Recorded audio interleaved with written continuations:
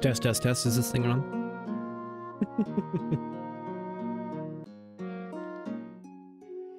Ah, welcome in, welcome in. How's everybody doing? All rise for our liege. Okay. Good, good.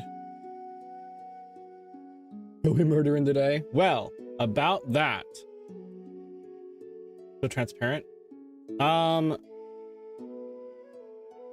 Yeah, sure. What is your question?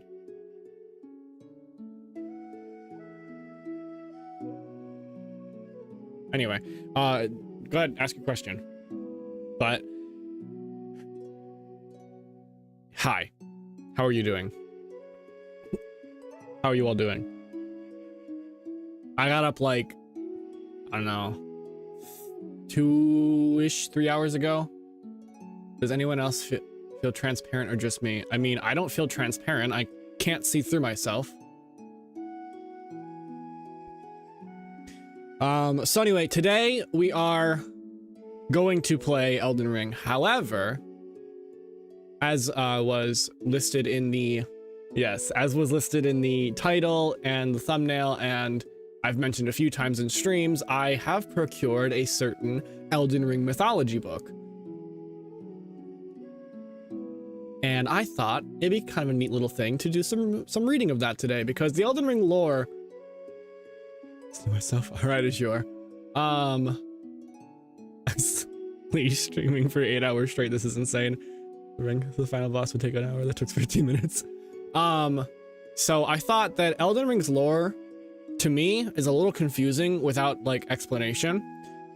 I didn't get a hard copy. I got a digital copy, so no hand stream. But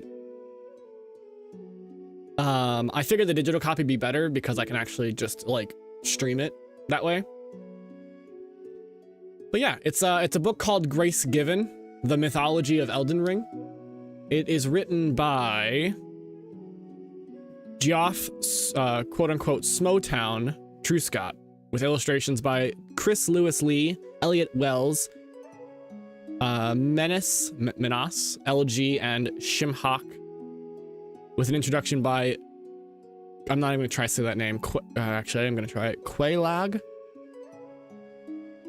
And I think it's been published by Toon and Fairweather in Dublin, Ireland. There is a hard copy, but it's pre-order only, I think, and it's very expensive compared to the like $18 that the digital copy was. There is a link in the description of the stream if you want to procure your own.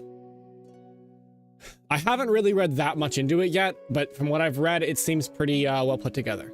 So hopefully, fingers crossed, it's not bad. Pre-ordering deluxe for $143. Yes, it is expensive. I'm not gonna lie, I'm tempted. The way it looks, the design of it and all that kind of stuff, it's great. I'm obsessed with this if you can't tell. Yeah, I don't blame you.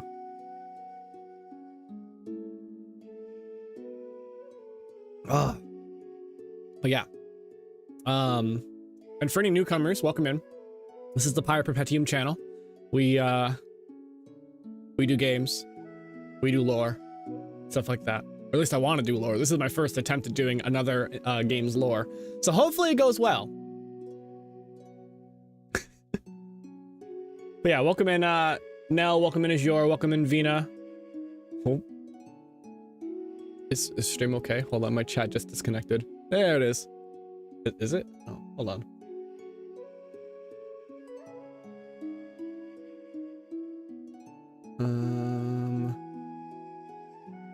Let's try that again. We game, we chill, we kill gods. The usual. Yep, the usual.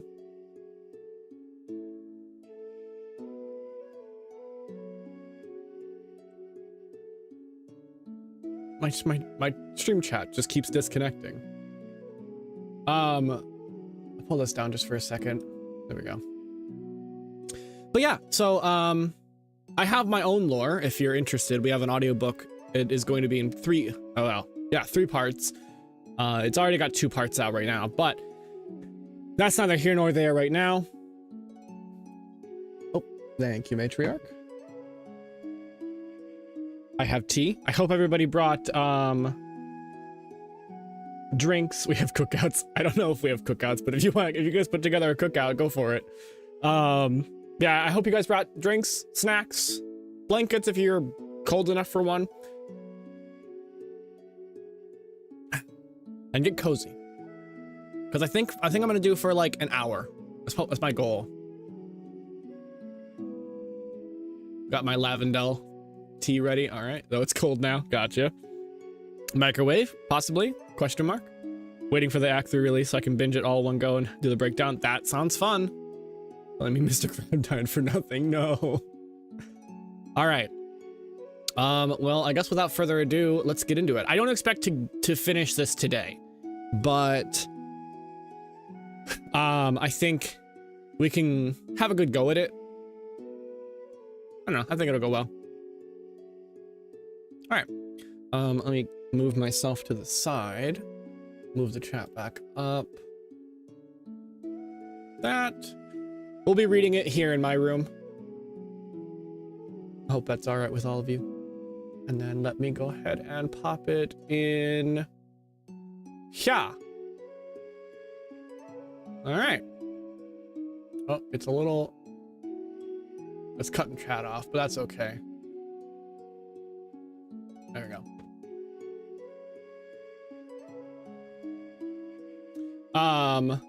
Okay. So, is everybody ready? Bow and kneel for the Matriarch approaches. Yes. All right. So yeah, this is Grace Given, the mythology of Elden Ring. Like I said, if you want to procure your own, it looks like the, what are they called? I forget the name. Tune and Fairweather company has a lot of like Dark Souls and Souls games lore on their website, so I recommend it. So yeah, all right, let's get going. Grace Given by Geoff Truscott. I'm gonna skip the introduction and preface because they're both kind of unrelated to the lore, sort of. And we'll just start at part 1, Gods and Nations. There we go. Part 1, Gods and Nations. To really understand the story of Elden Ring and the history of the lands between, we need to look at the structure of its universe. This means examining the greater will, the outer gods, and the Elden Ring. These are the great cosmic forces that influence the world in which the characters play out their schemes. Attempting to understand these more eldritch elements has greatly enriched my appreciation of Elden Ring's world building, and the following chapter will seek to unravel these mysteries in turn. Watching this while applying for college is such a mood. I wanted to stay, but to go. All right, see you later, Vina. We'll start with the origins of diverse life, the one great. All that there... Oh, sorry, I thought someone came in. All that there is came from the one great. Then came fractures and births and souls. Lightseeker Hyetta. I hope I pronounced that right. The interaction between the one great and the greater will appears to be the Big Bang event, so to speak, in which life was first fractured to create diverse life forms. Now, I think it is worth saying that the ideas of early history in Elden Ring are a little difficult to understand, and we have no evidence for how long ago this all really happened. Regardless, we are able to gain a glimpse of the primordial origin of life during our encounter with the eldritch being known as the Three Fingers. Hyetta seeks these three fingers in order to become their maiden. Upon being touched by the tarnished Lord of Chaos, she too is touched by the frenzied flame. Her already blind eyes burn and melt in their sockets, and she reveals a startling vision of the world via the three fingers themselves.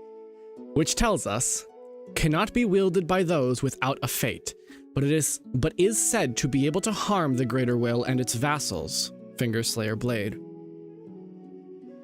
Indeed, the blade can harm said vassal, as we witness Ranni mercilessly butcher her two fingers with this blade. The two fingers essentially act as the greater one's emissaries, able to directly commune with the greater will and interpret its will.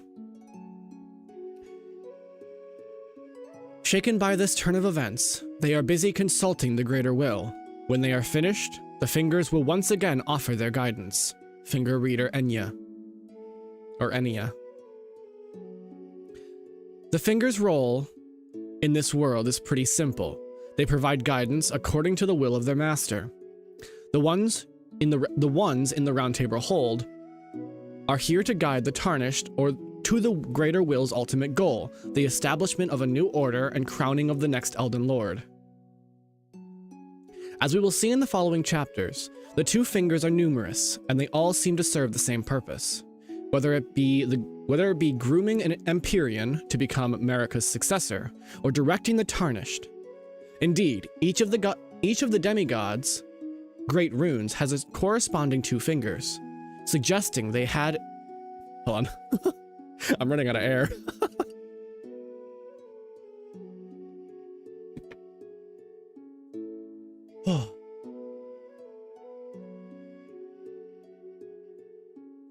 Indeed, each of the demigods' great runes has a corresponding two fingers, suggesting they each had a two fingers guiding them at some stage.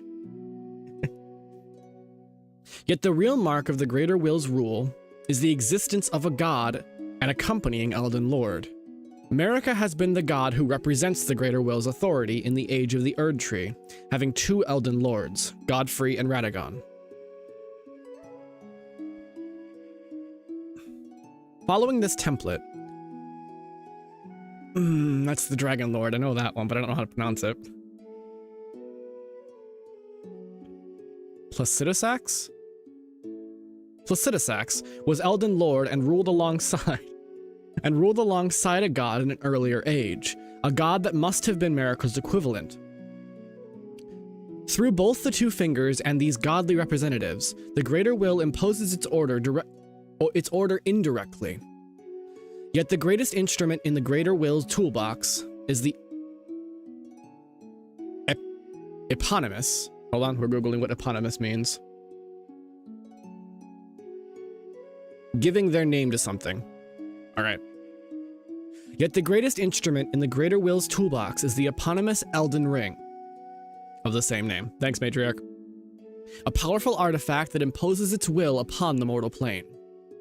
The Elden Ring. I doubt you could even imagine it. That which commanded the stars, giving life its fullest brilliance. The Elden Ring. Oh, the Elden Ring. Elden Ring announcement trailer 2019. The fracturing of the one great may coincide with another event that seemingly happened earlier on in the timeline of this world. The coming of the Golden Star. The incantation description of Elden Stars reads as follows. This legendary incantation is the most ancient of those that derive from the Erd Tree. It is said that long ago, the Greater Will sent a golden star bearing a beast into the lands between, which would, later, become the Elden Ring. Elden Stars. Even if the fracturing of the One Great and the coming of the Golden Star are not linked, it is clear that the arrival of the Elden Beast and Elden Ring had at least occurred by the time of the dragons, given the depiction of the Elden Ring we find in Farum Azula.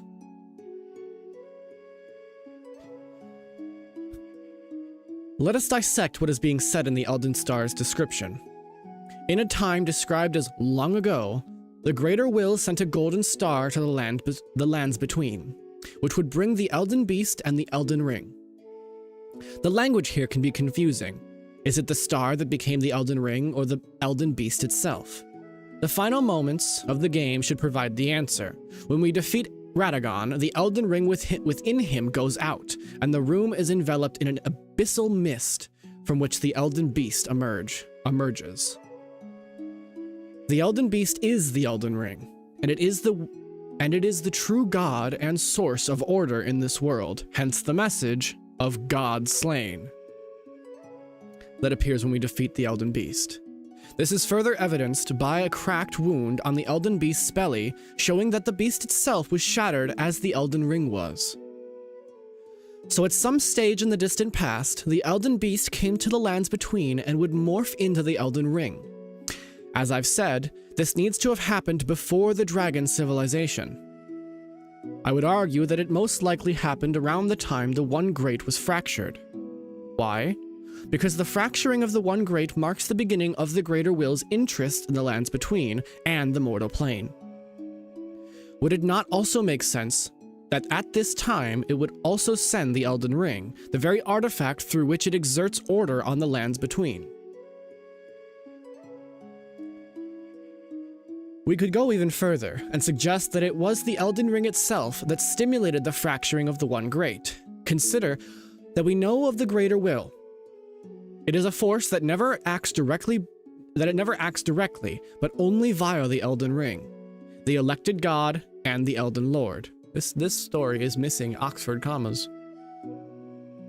Heresy. The arrival of the Elden Ring could have exerted the Greater Will's vision of order onto the One Great and fractured it into new life. This would also explain why the frenzied flames uttered destruction of the Erd Tree and Elden Ring in the Lord of Chaos ending paved the way for all life to become one again, absent of the Elden Ring's influence. This is a suitable juncture to speak directly of this Elden Ring, the titular force that is the heart and soul of the world's order. The true nature of the Elden Ring is nebulous, and a true understanding of it is meant to lay beyond human comprehension. That being said, we can go some way to understanding the role that it plays in the world if we closely examine the lore surrounding it. Firstly, we know that it is an object that is composed of different runes, and that these individual runes comprise the greater whole Elden Ring and work in concert to provide the rules of the current order.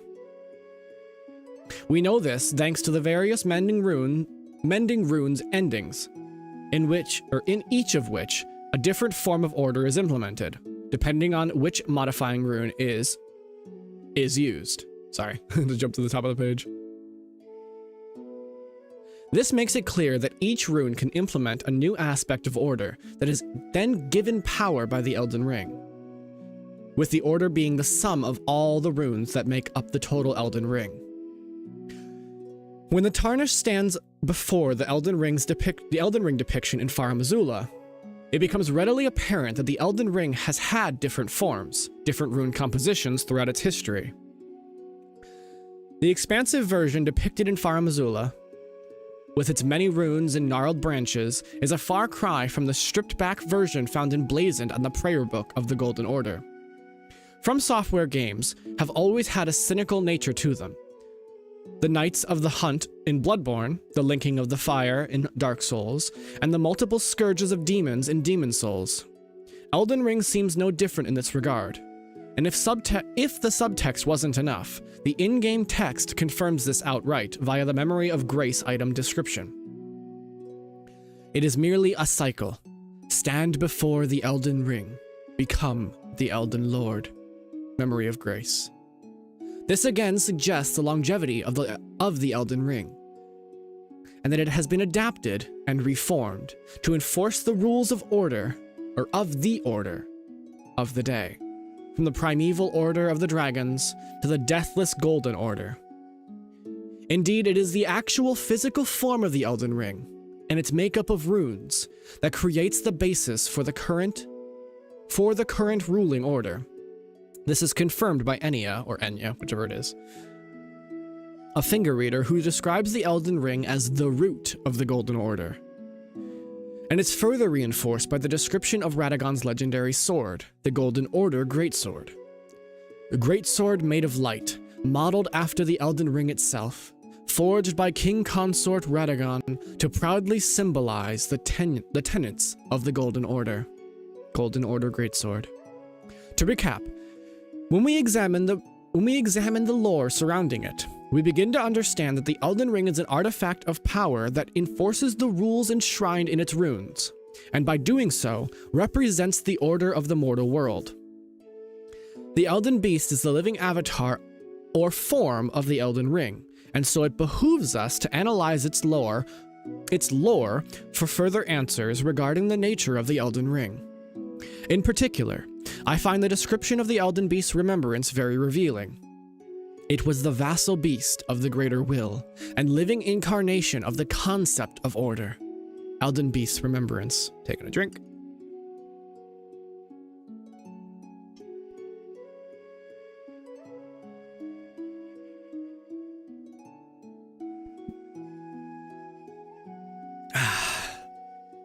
It's pretty interesting so far. I hope you guys are finding it interesting. Okay. There I am. The Elden Beast itself is a cosmic being of unfathomable origins and power. But clearly, it is an instrument of this greater will, and is used to impose its will on the mortal plane.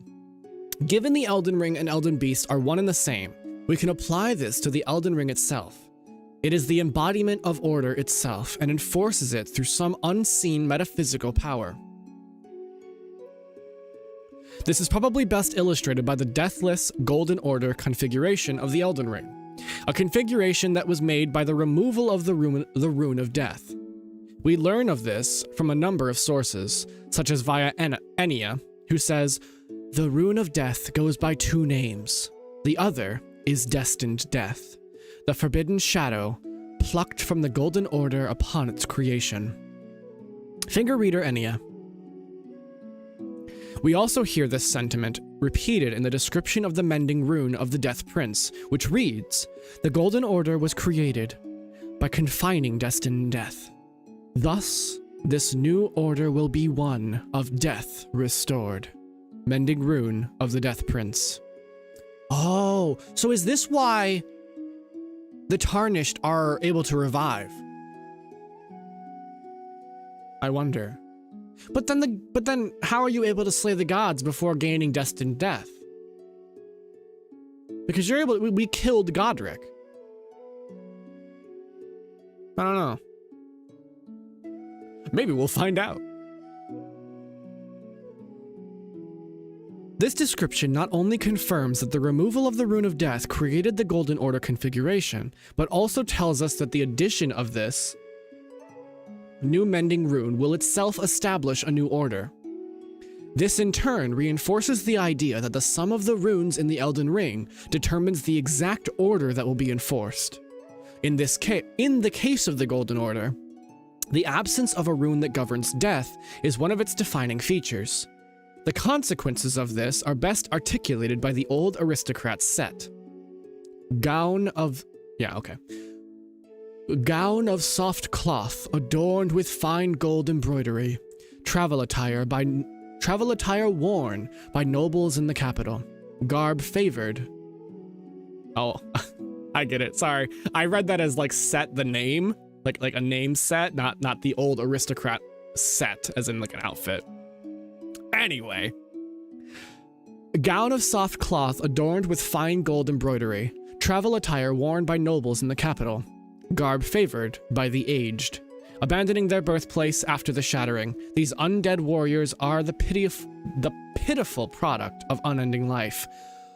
Okay, so people basically don't die, at least not of natural causes.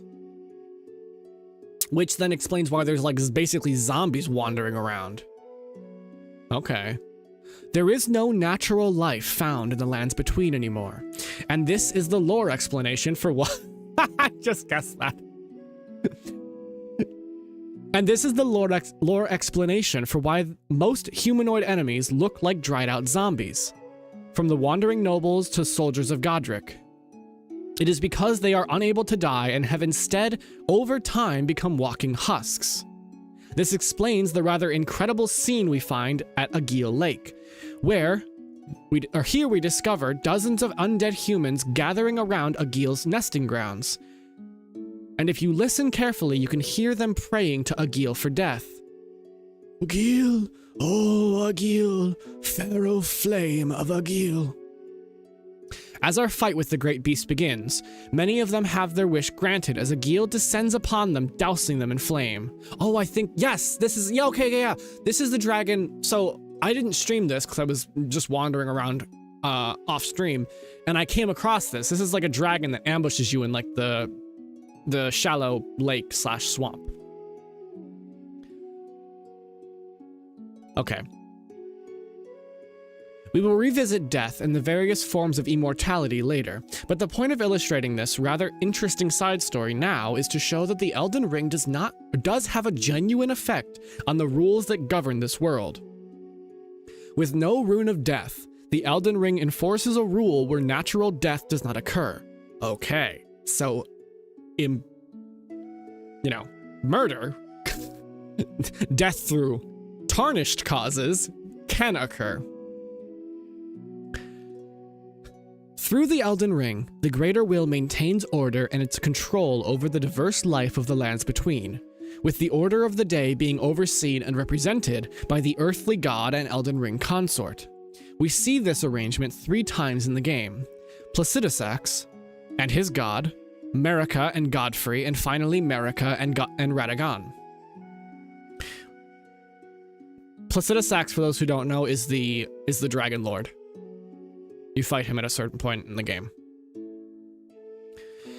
We can also become part of the newest cycle, as Elden Lord to the crumbling Marika, and overseeing whatever order we see fit to implement.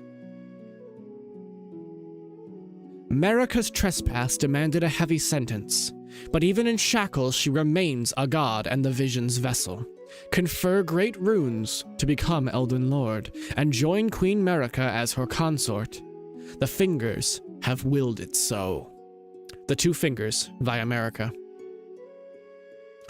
All the vassals, followers, and powers of the Greater Will seek to restore this system of balance following the shattering. The question is, why did Marika shatter the ring?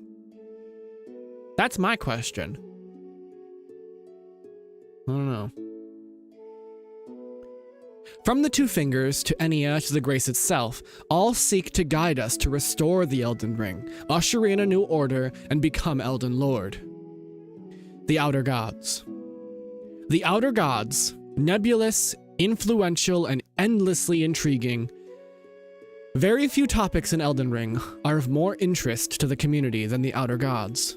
No doubt as a result of their enigmatic presentation, as well as their permeation through different aspects of the story. In truth, we get little in terms of direct assessment of the Outer God's true nature throughout the game, but let us look at what little we do have in order to create a framework for this discussion.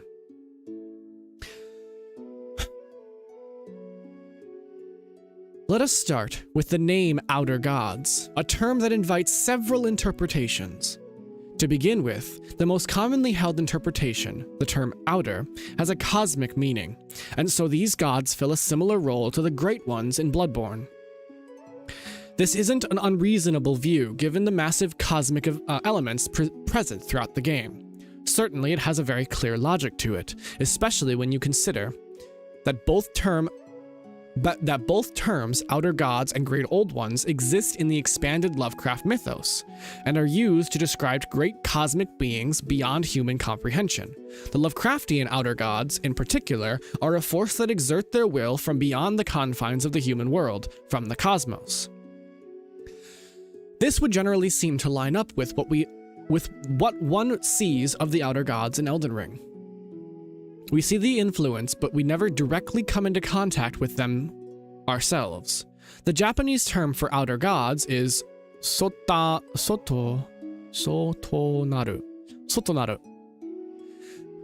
And this word is used to define beings outside of a group or system, in this case the Golden Order or the Mortal Plane. All of these explanations work for me in concert with one another. These are great cosmic beings whose domain exists outside the current order. Blood, rot, and death rites, and the frenzied flame are all excluded from the existing order. Therefore, it makes sense that these beings are doing everything in their power to exert their influence to change that fact. With this in mind, let us look at the wording found in the description of Miquella's needle. One of the unalloyed gold needles that Miquella crafted to ward away the meddling of outer gods. Okay. Miquella's needle. The word meddling here is of particular interest, as it implies that the outer gods are trying to advance their power within the lands between. With what little we do see of the outer gods, this seems to be the case. Each of the outer gods has a medium through which they spread their influence. The Formless Mother's influence is seen in blood. Rose Church and Mogwyn Palace are places drenched in blood, and thus are the places where her reach is most keenly felt. Likewise, the outer god of Rot's influence is felt in Caelid, or the Lake of Rot, where the Scarlet Rot has taken hold. Okay, so each one of basically the status effects are their own outer god.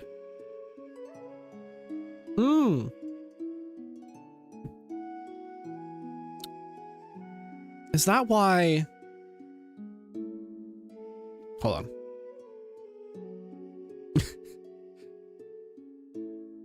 My chat, my stream chat is going absolutely crazy. It's like chat disconnected, successfully connected, chat disconnected, successfully connected, over and over and over again. Let's try this again.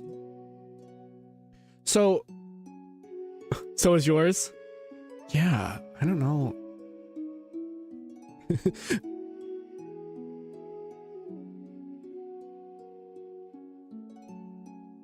What if I'm being yelled at by YouTube?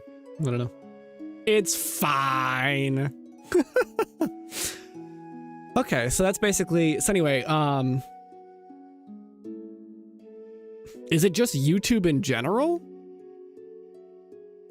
Matriarch, go to somebody else's stream for a second and let me know. Let me know if your chat's like wigging out.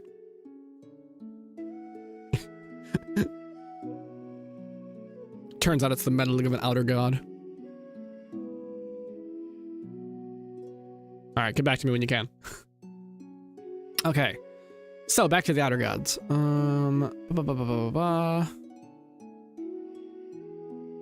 Okay. Ugh. So while I agree that the outer gods are cosmic forces that are trying to increase their influence, I reject the notion that the greater will is at war with them. On the contrary, I believe that we have some evidence that the greater will would be happy for some of their influence to be integrated into the next order. Oh. Just realized my mic was in front of my mouth. Okay. Sorry. Let's resume. I referred the subjects of gods to last protagonist, content creator and respected authority on the Japanese translation of Elden Ring. Regarding outer gods, they said the following. It's kind of difficult to broach. Linguistically, yes, that can be taken more along the lines of being external gods, but again, that is also used to mean outer gods in Lovecraft's works. The issue is in English, when we hear outer, we tend to think of outer space, but those connotations aren't as strong in Japanese. Last protagonist, translator, and YouTuber. Okay, so basically what they're saying there is that a translator was explaining, because Elden Ring was made by is FromSoft a Japanese company, or is it like a multinational company? I'm not sure. But they have Japanese roots, I think. Like Miyazaki is like the one that everybody talks about, right? So that's why the translation, the outer gods means less space and more just external. The idea of the outer gods being more akin to external gods lines up with the idea that these cosmic beings are external to the existing order, and that their relationship to order is what defines them. My theory posits instead that the outer gods are not rivals to the greater will, but instead a consequence of the Elden Ring. They are spirits that govern certain facets and elements governed by the Elden Ring, while falling out with the current order, an ordering that is man-made by vassals on the mortal plane, who have made their own choices about what is right, independent of the greater will's design. Okay, so there's a bit of a, there is indeed a bit of like a separate effect here. Like basically the vassals have their own will. Neat. This concept would be somewhat consistent with the kami of Shintoism. This was an idea first presented to me via the translator Mirko, which are manifestations of certain elements within the world, elements like death and disease. So these are cosmic beings which are the representatives of and expressions of concepts and forces which influence the lands between. This sort of idea helps me reconcile some of the difficulties I've had with perceiving the outer gods as rival outer gods. The main example of this is related to Malenia's story. We learn the following from Ranni.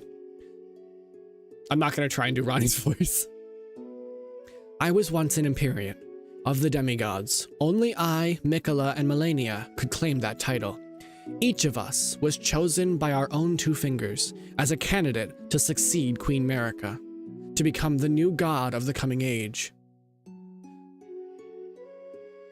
Which is when I received Blythe, in the form of a vassal tailored for an Empyrean. But I would not acquiesce to the two fingers. Ranni. Drink. Break. I'm also going to turn on my air. It's getting warm in here. Okay. Hopefully it doesn't come through. The sound. Is it? Doesn't seem like it. Okay. Okay. Where was I? Ranni. Ranni, Miquella, and Malenia are the Empyreans of the current era, and we learn that this was a position once held by Marika as well, via Malekith's remembrance. This implies that all of the Empyreans are chosen by the Greater Will as potential candidates to godhood, to succeed Goddess Marika and form a new order. This initially seems to mesh well with the information found in Malenia's remembrance, for it reads, I think it's this one. Miquella and Malenia are both the children of a single god. As such, they are both Empyreans, but suffered afflictions from birth. One was cursed with eternal childhood, and the other harbored rot within. Remembrance of the rot goddess. We also learn of Malenia's importance via Malenia's great rune. Malenia is daughter to Queen Marika and Radahn, and her great rune should have been the most sacred of all. Malenia's great rune.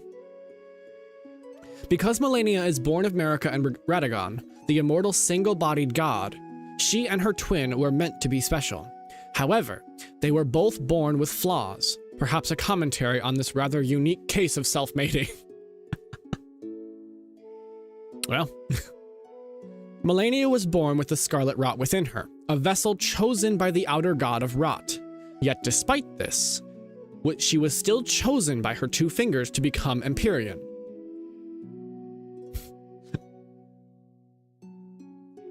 Gowry, disciple of rot, suggests she was chosen because of her rot, not despite it. Queen Marika and her king consort Radahn were blessed with twin demigods, and Malenia was one of them. She was born an Empyrean, carrying the scarlet rot.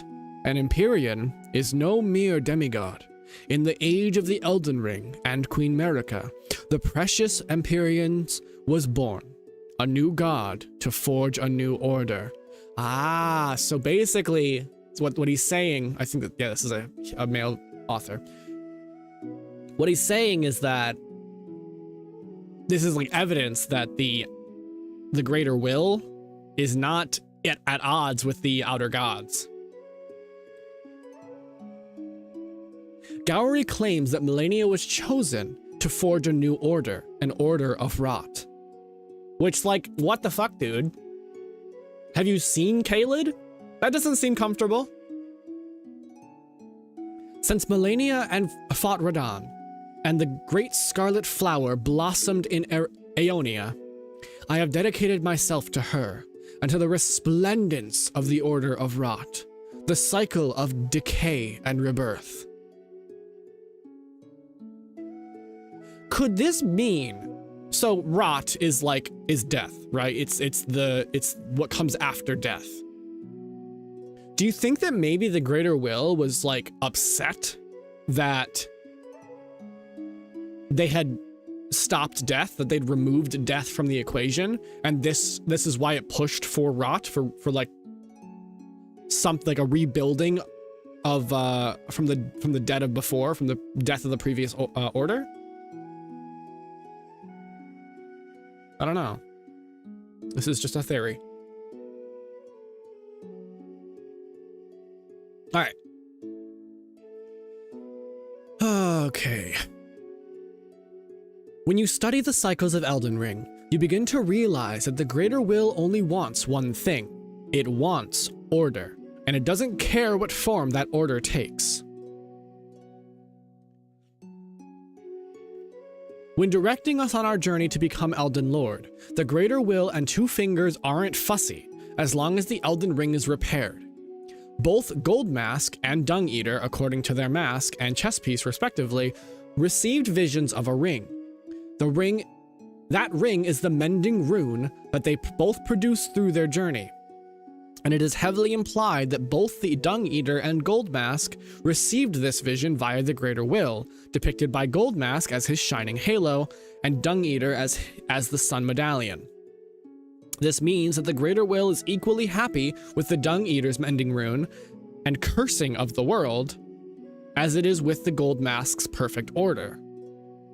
Okay. The Golden Order has now faltered and failed, and as the Tarnished, we can rebuild the Elden Ring as we see fit, and establish a number of new orders. The Order of Fracturing, the Order of Fracture, the Perfect Order, the Order of Despair, or the Order of the Duskborn. There is an engraving of the Elden Ring found within Farum Azula, which clearly has a different, more chaotic form of rune makeup, suggesting that the dragons and their Elden Lord brandished the Elden Ring and imposed a different order far removed from the later Golden Order. What if the Greater Will's intention was that Malenia could be the goddess of a new age, an age of rot sanctioned by the Greater Will? Until now, most of us assumed that the outer god of rot is a rival cosmic entity. But then why would Malenia be elected as an Empyrean to be goddess of a new order? An observation I owe to the translator Mirko, known for working with Italian YouTuber Sabaku no Maiku. Italian, okay. Is that many of the outer gods are related to death. They cover blood, disease, and funerary practices. This is an astute observation by Mirko, as the Golden Order is very much founded upon the removal and confinement of the Rune of Death. Italian, no less. It sounded Japanese.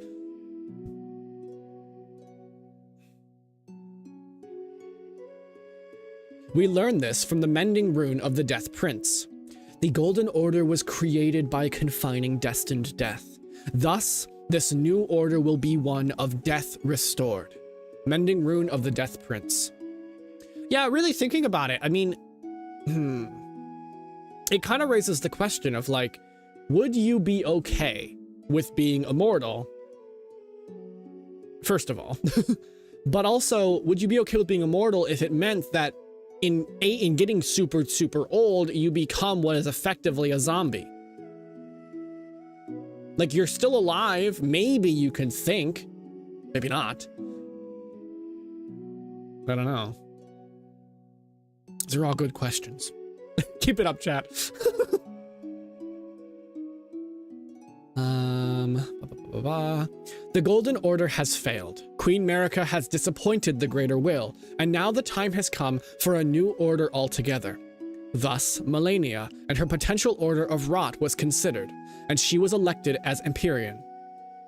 The Outer God of Rot was not a rival cosmic entity, rather it represented an element that found itself outside of order. Choosing Malenia to be a living vessel for its power means that the potential to reverse that position had come. Again, the idea of Malenia being elected as an Empyrean, a successor chosen by the Two Fingers, has always been an awkward point of lore should we choose to see the ancient God of Rot as a rival. Instead, if we see the Greater Will as only being concerned with order itself, then there is no reason why the Outer God of Rot can't herald the next age. Ancient God of Rot. With these basic ideas in mind, a good place to start when looking at these beings. Oh, sorry. A good place to start when looking at these beings is the Outer God of Rot, since we've already discussed this in a decent amount of detail. So if we assess this Outer God in the new light, let's ask, what is this God's domain? As we have already seen, Gowry describes its domain as a cycle of decay and rebirth. Indeed, we get further elaboration on this order via the Poison Mist incantation, which reads, "Those who dwell within poison know rot all too well. The death that begets life, that comes to all equally." That is to say, it is the cycle of rebirth put into practice. Poison Mist. This is a cycle of life being born from death. It is best represented by the Scarlet Rot, the medium of the Outer God of Rot. It's a corroding face of death, and a medium through which this Outer God can enforce the cycle of death and rebirth through diseases, despite being external to the Golden Order. The rotting sickness that afflicts Millicent has no cure. When the Erd Tree flourished, even the demigods could not stave off its effects, despite their nigh godhood. Sage Gowry. The Scarlet Rot is not like the other poisons we find in the world. It is truly an unstoppable force, because it is the purest expression of this Kami's domain. Kami being God. We see the cycle, also fucking awesome art. Can we talk about how awesome that art is? We see the cycle of life from death in effect wherever we find Scarlet Rot. While the Scarlet Rot eviscerates all life it touches, from death comes the kindred of rot, beings that resemble silverfish or cockroaches. This type of life from death is reflected of our real world, where plenty of life, bacteria and insects and carrion eaters, flourish due to the carcasses of other life forms. We see the kindred of rot rising from death like maggots, and we see the carrion eaters in the forms of the dogs and crows, those fucking T-Rex looking dogs and crows. Caelid isn't as simple as a field of death. It is a new ecosystem where new life forms flourish and others die. Other life benefits, and the current ruling order certainly would not. As in our world, rot, decay, and life rising from all that is just. Sorry, I keep catching the chat disconnected message. Let me read that again. As in our world, rot, decay, and life rising from all that is just a natural part of the order of things. Is that an awkward sentence, or am I just tripping? Whatever. We should see this order of rot in the same way. Likewise, we see the story of the rot's greatest rival, the Blue Fairy, as further evidence that these great beings are expressions of natural forces. We learn that these two spirits came into conflict via the Blue Dancer charm, which reads, "The dancer in blue represents a fairy who in legend bestowed a flowing sword upon a blind swordsman. Blade in hand, the swordsman sealed away an ancient god, a god that was rot itself. So that's Melania, certainly, right? Blue Dancer Charm. Significantly, this swordsman seems to be the same warrior who would go on to be, Melania's mentor, as we learned from the prosthesis wearer's heirloom. This is something we will return to later.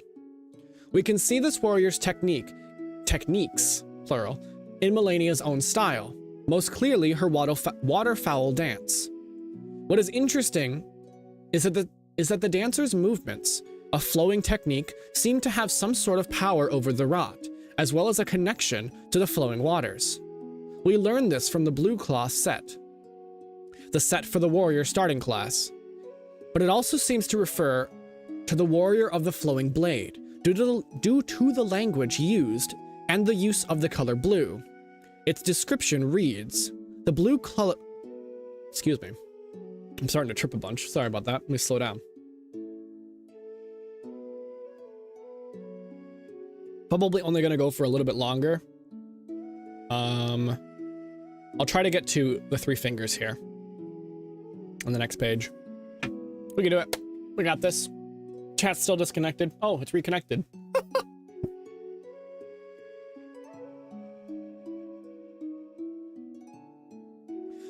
Okay. So, its description reads, we live, yes. Is the stream stable? It looks stable from my end.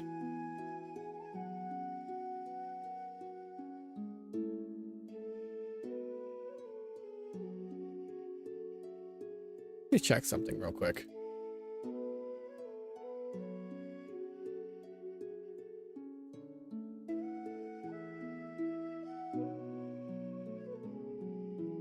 Okay, seems fine.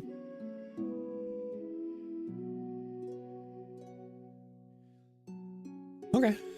Cool. Anyway, continuing. Its description reads, the blue color of its fabric symbolizes brisk waters, as fluid and flowing as the sword in the hand of its wearer. Just as still waters turn foul, stagnation leads to decay. Warriors must remain ever drifting. Blue cloth cowl. So the blue is representative of flowing waters,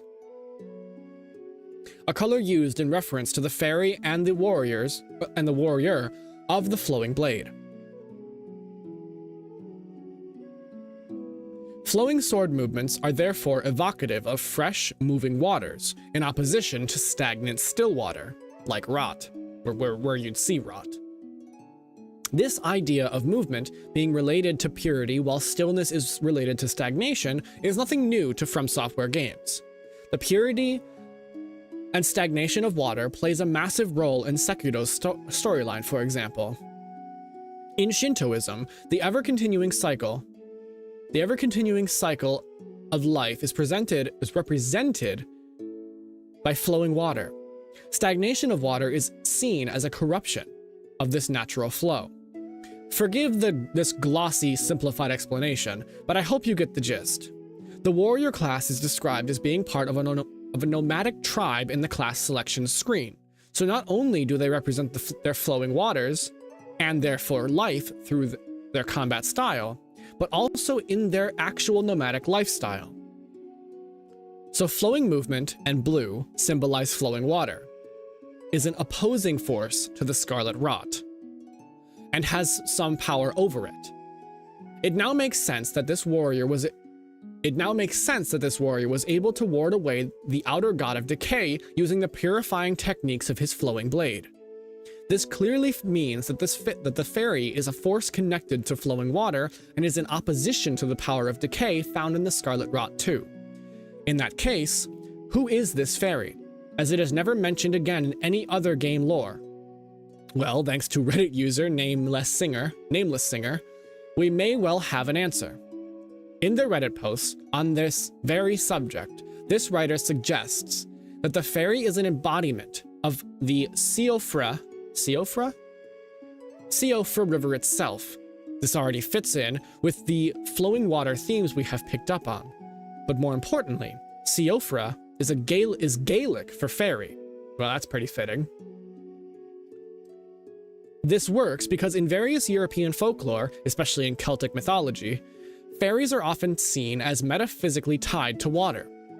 Given this, I do believe that it was the seal for a river that gave the dancer his flowing techniques that drove away the outer god of rot, the flowing natural water versus the stagnant rot.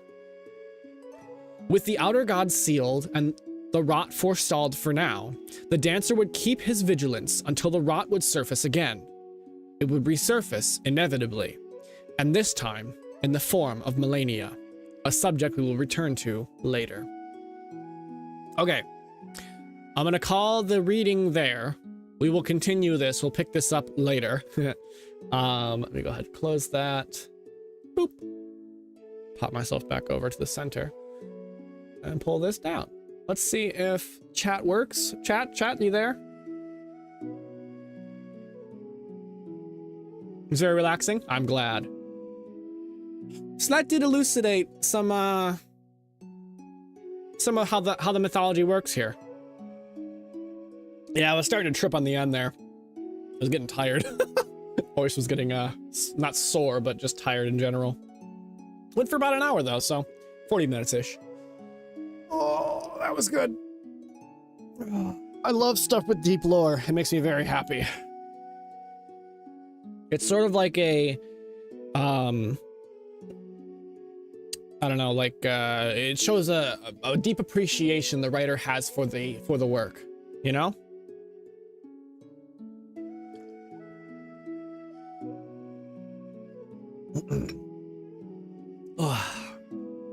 I'm gonna laugh really hard if the chat calms down after we start playing, and it like turns out that it was YouTube trying to be like, hey, what are you showing? Fingers crossed. Anyway, though, so yeah, that's pretty interesting, because ultimately that means that, because I thought that when I like saw the different endings that are possible in this game, like for example, the Dung Eater. You can get the Dung Eater ending, which is just sounds absolutely terrible. Being a proper golden or, well, I mean not golden order, but an order ending. So basically, though, the greater will doesn't give a single damn about what is in effect, as long as order is maintained. But that still raises the question of, why did Marika shatter the ring in the first place? That was clearly, I think, some kind of act of rebellion against the greater will. So like, did they like have a falling out? Did the greater will want her to do something that she didn't want to do? I don't know. Was Marika being altruistic? Was she being selfish? This raises a lot of questions. Go ahead, close this. We're on page 18 and 19. I'll write that down. But it is interesting that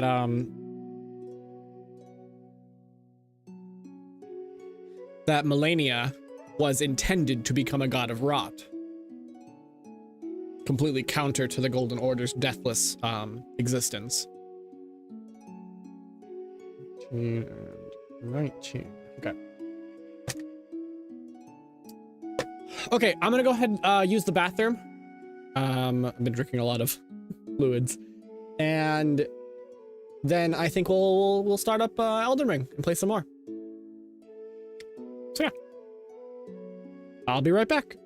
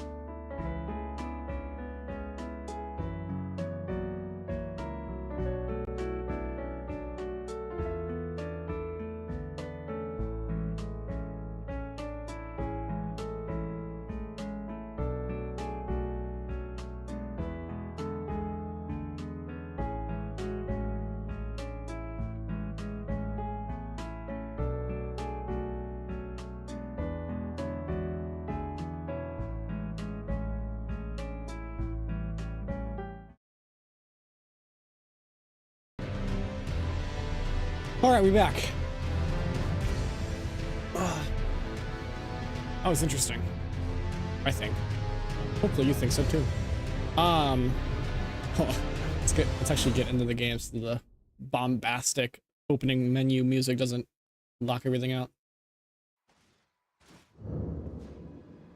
So, cozy loaded boss time. Yeah, actually, I think we are fighting a boss. Also, Nell, I don't think you were here. I don't know. Anybody who hasn't seen, I got the Tree Sentinel armor and shield. I've already had the halberd for a while, so I'm very much matching. But yeah, so we're gonna continue where we left off yesterday. Let me put this in the right spot. There we go. With doing Ronnie's, or some of Ronnie's quest line. Some of them are Coliseum now, yes. Sparkling gold, absolutely. Okay, I need to go underground and here. So this is Caesar. was that a reference to the JoJo Caesar, or is it just Caesar? So we were given a mission by little Ronnie. We found a little doll version of the of Ronnie, and she got very upset when we kept trying to talk to her.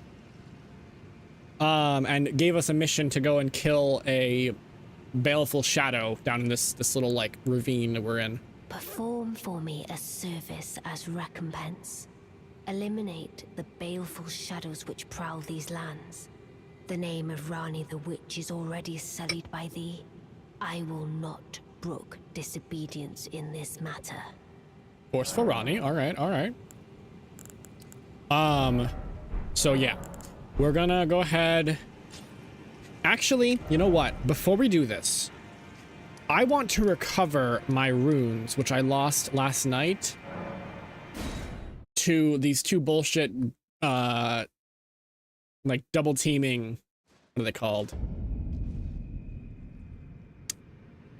Gargoyle bosses. And I think I have just the thing to do it. So if I switch this out for the sacrificial twig and go back into the boss arena and die there, which I will, because these guys are absolutely annoying as hell to fight, recover my runes and then die, I believe I will manage to keep them. Also, anybody who hasn't seen this yet, this is Nokron, the Eternal City. It is an underground, apparently star-filled city. If you look, you can actually see the cave roof at the top. Ceiling, I mean. But yeah, very cool place.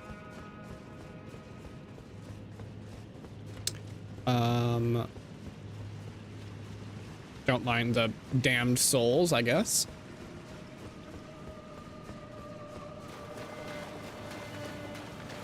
So I think I've had the sacrificial twig for a long while now. And so I think if I use it, I'll be able to get these like 1,300 runes, 13,000 runes back, which will be nice. I was a little upset last night when I lost them. So, boop. Oh, it's 25,000. That's even better. We'll try and fight this guy as much as we can.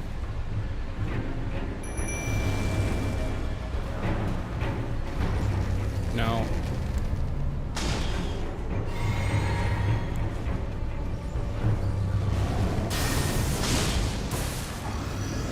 Ow! Oh, he missed. He missed again.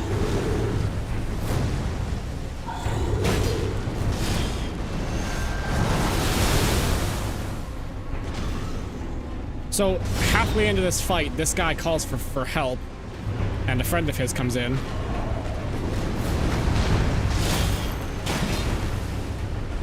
And becomes a 2v1. Oh, shit. Oh, wait, no! Oh, there goes my buddy.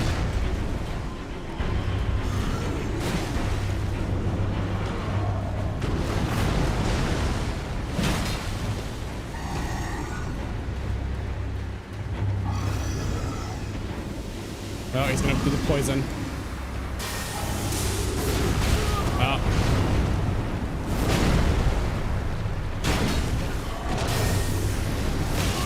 still haven't got my shield back out.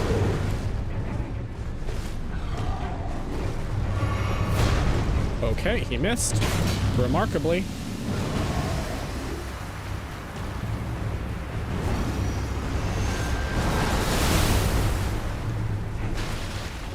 This time I'm gonna get back up.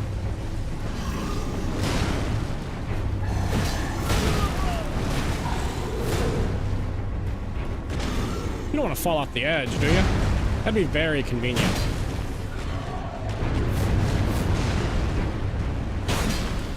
Yep, here comes the second one. We're gonna keep you in the corner.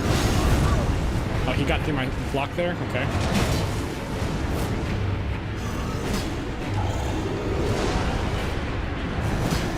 Howard! Do not push me over the edge. Damn it. Oh, come on.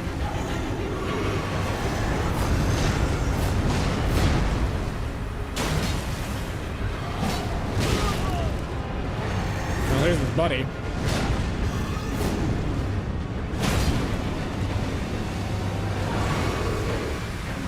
That little just gonna sit there and spew their poison, I guess.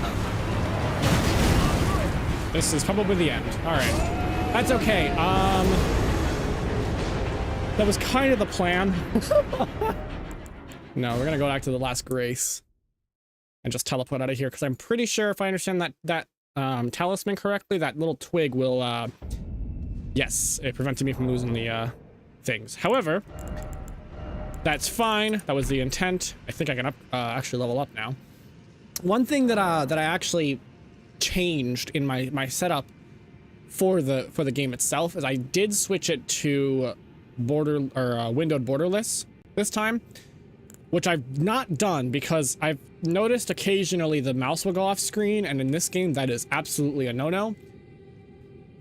I'm giving it a plan today though, or giving it a chance today though, because every time I try to tab out of the game, like you do any of my like OBS or chat or whatever stuff, it kind of like lags the stream, and I don't like doing that. So we'll see if it works. If it doesn't, we'll switch back. All right, I'm continuing to level up my FP because I want to use a better summon,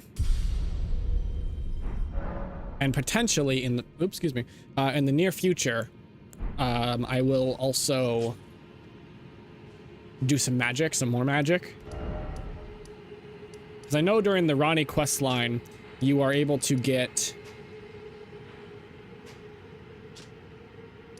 Ranni's like magical greatsword. No, the jellyfish it's kind of getting one shot like every time I use it now. Like kind of like the guy that I just used actually with the bow. So we're gonna move away from that. We've got this battle mage dude that potentially might be more useful. So hopefully that'll work.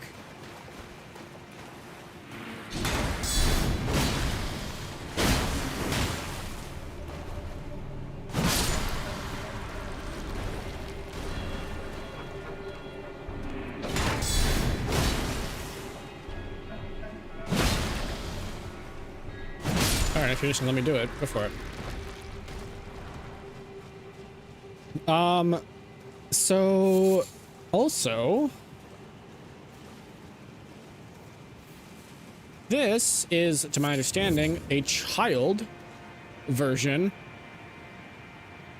of Estelle, which is another boss in this game, which is a cosmic voidborn thing.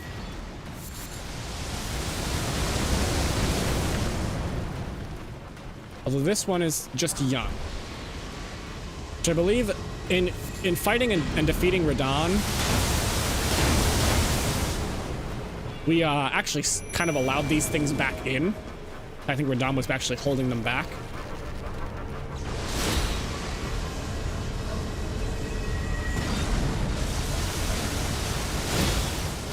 Okay, I actually can't hit this guy. Oh, yes I can.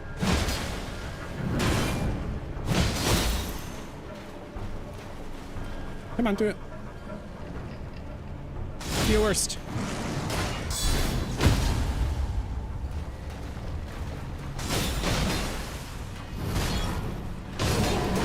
There it goes, easy peasy. Yeah, so that's a baby version of what becomes an actual boss later on. Ooh, wait, I think that's exactly the summer smithing stone I need to upgrade my axe.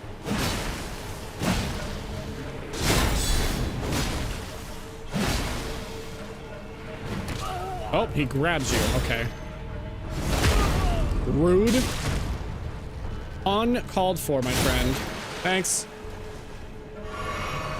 Thanks, bull man.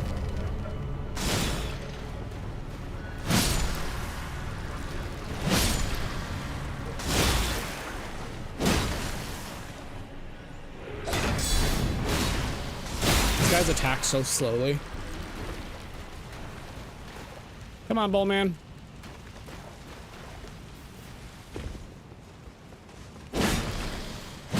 Actually, you know what I did get last night?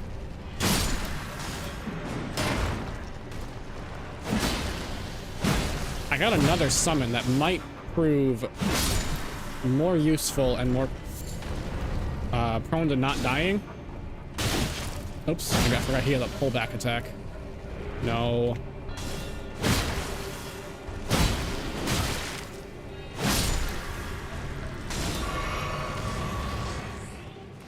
All right. Down here maybe? Or is it over here? Let's check over here first. See if for emotional support. Hello.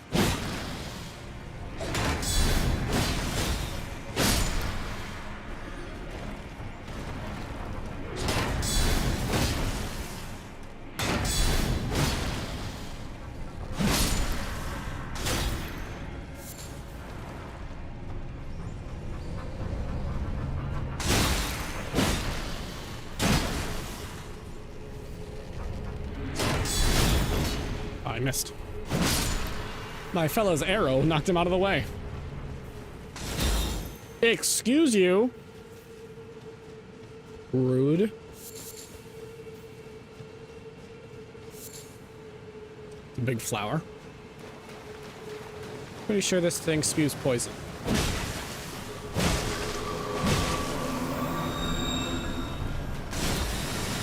And light, apparently.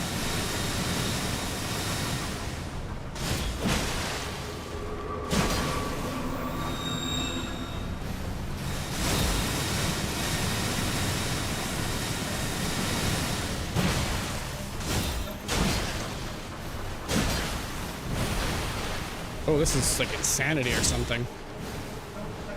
So I guess technically this effect then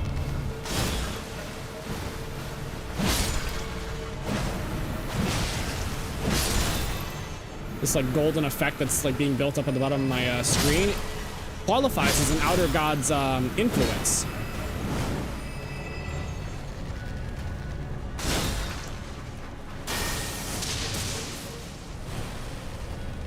Out of mana.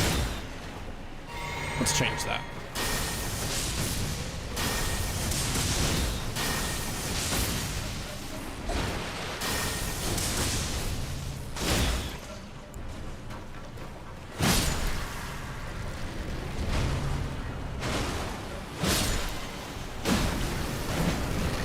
Don't kill my friend. Oh God. Fucking flower.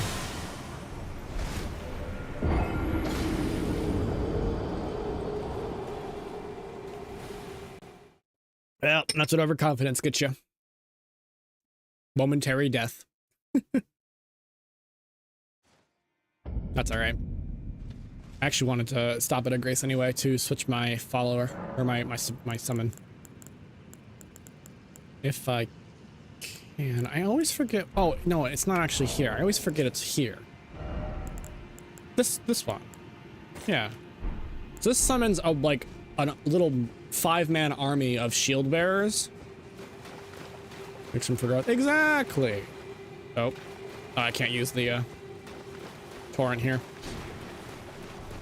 We literally can just run past these guys. I don't think these guys are worth very much rune wise, so it's not really worth the fight. And the waste of resources. Wrong button. I can already tell this is gonna be a good stream. Oh, but here's the thing. The little mini void-born creature that we just fought.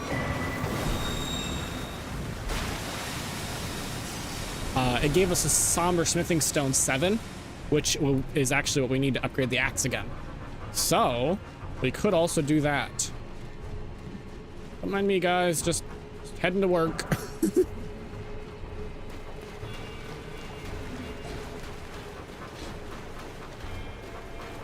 Hey, fellas. How's the kids?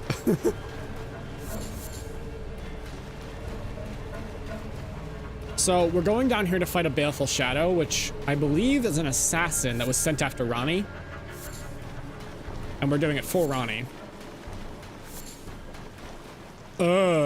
Hey, Nell! It's your child! Don't worry, he's just sleeping.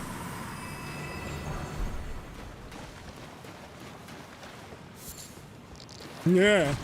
Why, you must be Harry?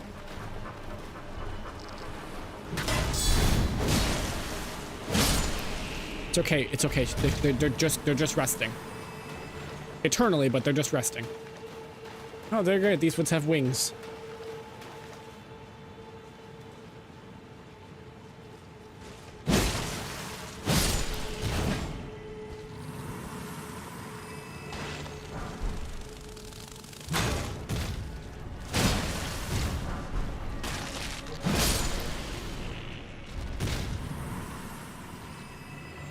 Is that like a queen? I think that is like a queen. Or no, that's a head. That thing's got a gigantic head. I'm not so sure I want to fight this. I'm gonna do it anyway.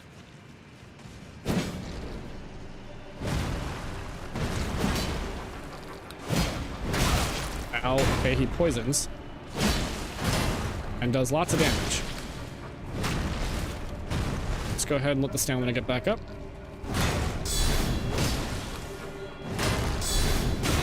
Oh, come on.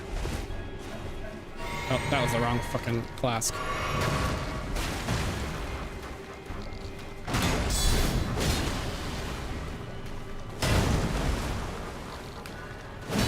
Ah, damn it. I do kind of hate how this game, queues up. God damn it. Animations.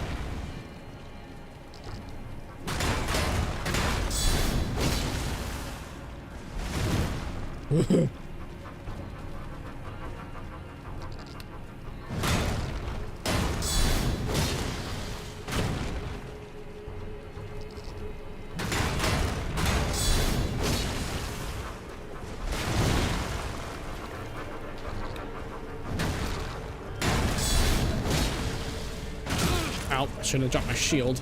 Stupid.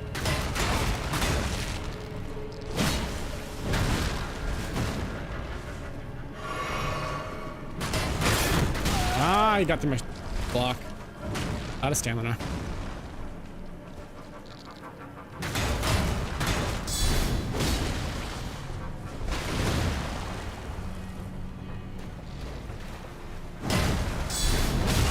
Ah! Done.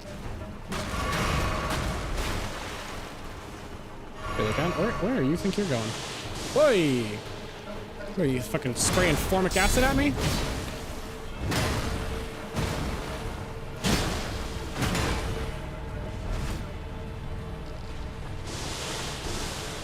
Rude. Okay. Yeah, it looks like the back was the way to was the place to hit. That's all right. We did it. Just cost us a few of our flasks.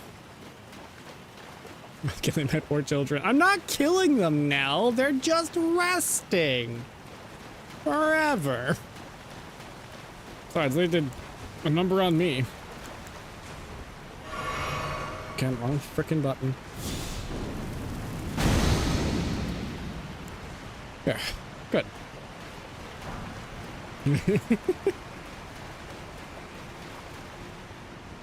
Oh, it's right. I also got a mimic tier last stream, which is a summon that mimics my character. Nell's gonna lead the revolution. Listen, okay, they attacked me first. You all saw it. That is a rider. Okay. They ride ants down here.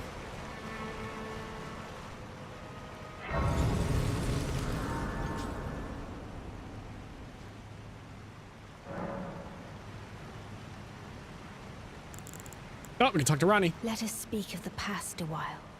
I was once an Empyrean. We know what that is now. Of the demigods. Only I, Miquella, and Melania could claim that title. Each of us was chosen by our own two fingers as a candidate to succeed Queen Marika, to become the new god of the coming age, which is when I received Blythe, in the form of a vassal tailored for an Empyrean. But I would not acquiesce to the two fingers. I stole the rune of death, slew mine own Empyrean flesh, casting it away. I would not be controlled by that thing.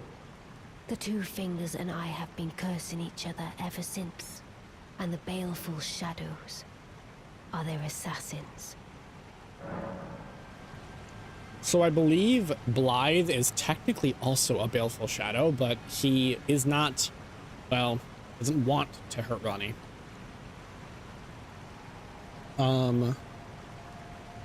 Which is interesting as well, that she's an Empyrean, because Ronnie, so Miquella and Melania, those other two, the other two Empyreans, were born of Radahn and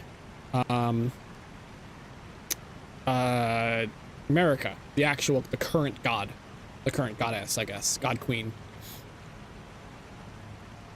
And Ronnie is the daughter of Rennala and Radahn, I think.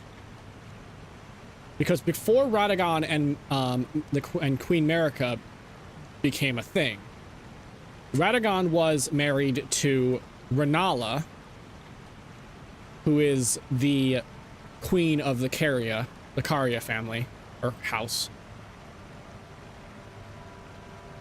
So there's these two like lineages, basically, both of which tied to Radahn. Which it's interesting to me that Ronnie was chosen as an Empyrean. Wait, is Ronnie Marika's child or not? She's Renala's child, I think.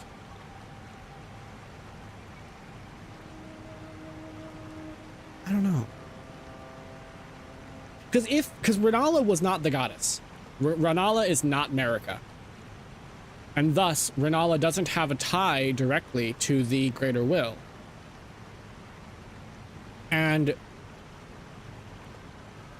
Radahn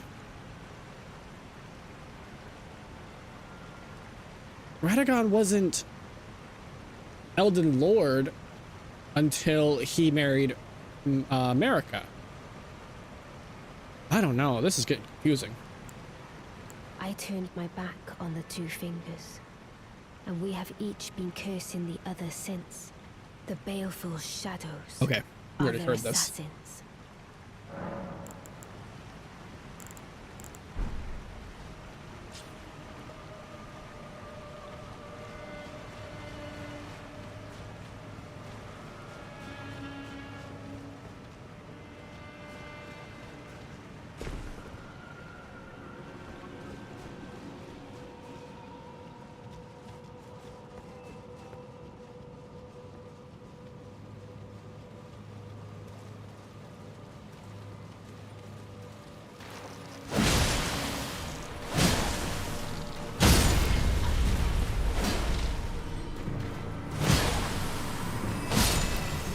Easy enough.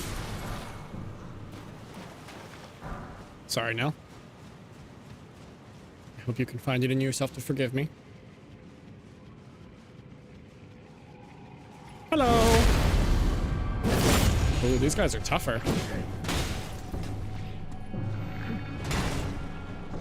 Oh, you got long range weapon too.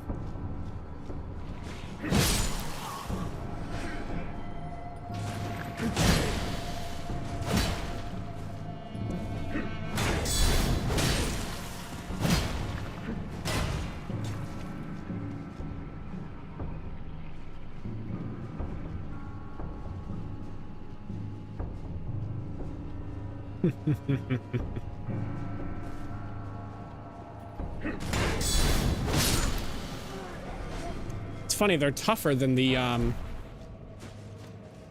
than those basic enemies that those enemies I farm up in northern Dragon Barrow, and yet they don't give as many runes. Strange. Are these snails? They are aggressive snails. You ever seen the mouth of a like how snails eat? They, despite how slow they are, they eat very rapidly. Don't spit stuff at me. Rude.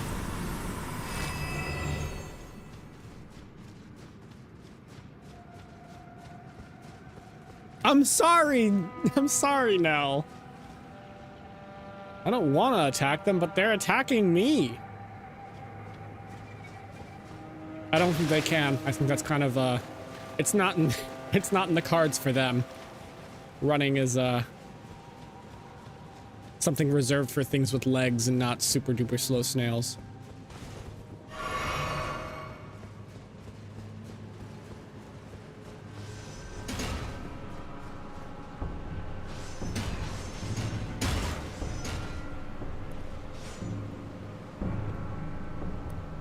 Hello.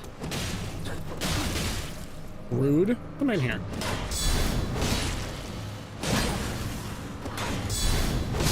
All right. Goodies.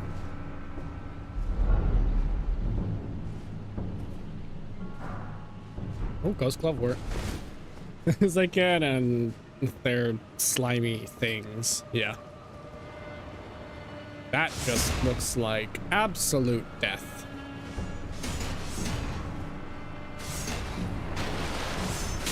Oh my god!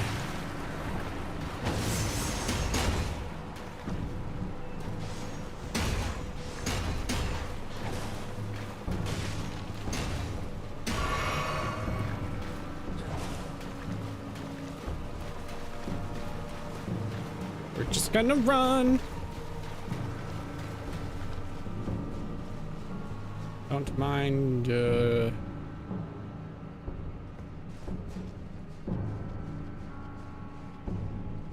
sure wish I had my frickin', my horse. Guys, don't mind me. I'm not here. I'm just gonna walk by you. Don't worry about it. Good. There, happy now?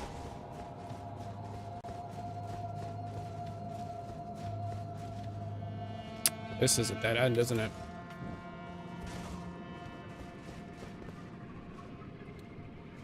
So it is.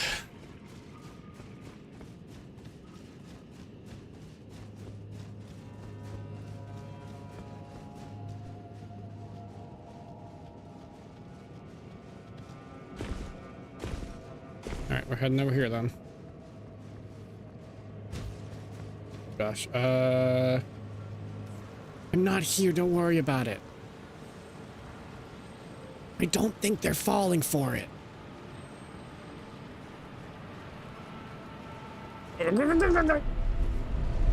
Bye.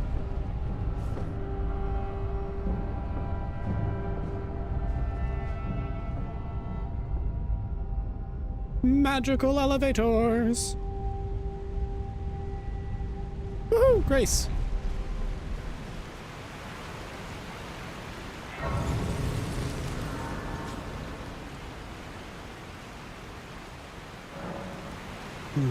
Ronnie! Even when I turned my back upon the two fingers, Blythe remained my loyal ally. Though he was created a vassal for an Aryan, he was a colossal failure on the part of the two fingers, Blythe and E.G. both. art willing Okay, to give that's fine, too Nag. much to me. Yet, they both understand what lieth beyond the dark path, that I must betray everything and rid the world of what came before. Ah. Should I add thee to the list? Another one. Kind of heart. As kind of heart as they. Ah. This form hath loosened my tongue. I've let slip too much. Forget what thou'st heard. Forget. Ah. This form I've let forget what. She's very, I don't know, I don't want to say bratty, but like testy in this form.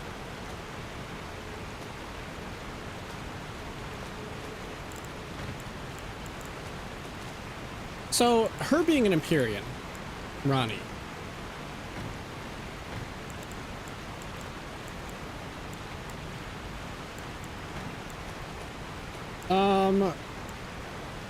That away. We can leave that. Put that away. Yeah, that stays. So her being an Empyrean, we discussed in the book, in the lore book, that the Golden Order, or not the Golden Order, but the Greater Will wants change, right? Ranni intends to destroy the current order and replace one of her own, which ultimately is what the Greater Will wants, which is why it explains that Melania was chosen as an Empyrean as well. Fluffy helmet. It's like a sapling of the Erd tree in the form of a helmet crest. So it's basically a tree.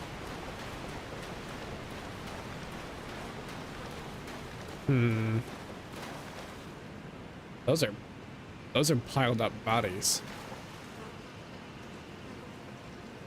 This is concerning. Let me see. That's way too... Oh, it's HP cost. Okay. We'll try the Great Shields first, and then we'll switch to the Mimic Tier in a second. Oh, these guys do death. They do destined death damage. So if the bar in the middle of the screen when it shows up, if it fills up, I die instantly.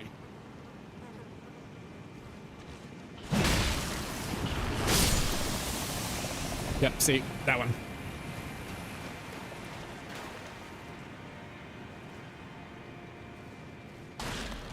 You didn't see anything.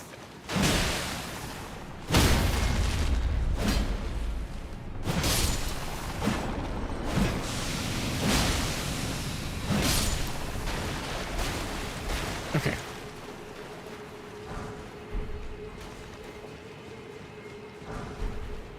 All right, cool. You like the idea of Ranni, of Ranni's like destroying all the current order and then rebuilding her own? Well, considering how much the current order has kind of, there he is. There's a baleful shadow.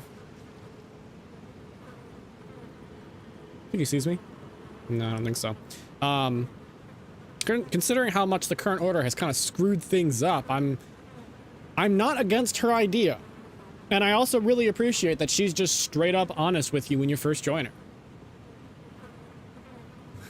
also the death bar. Damn it, yeah.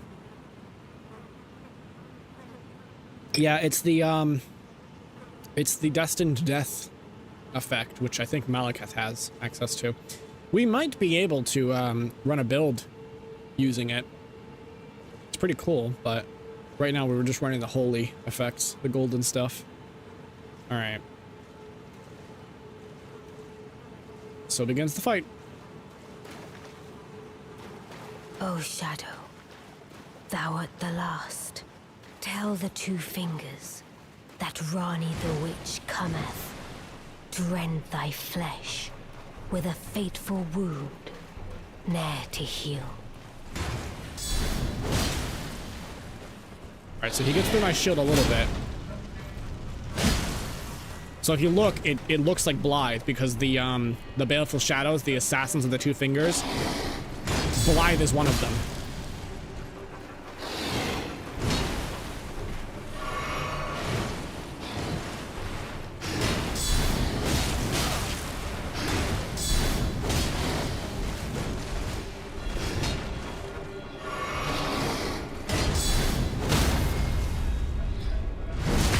I'm sorry, did this hurt?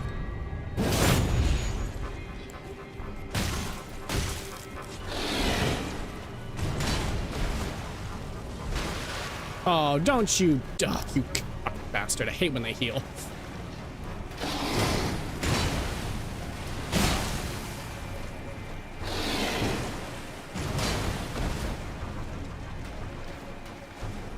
I'll heal too.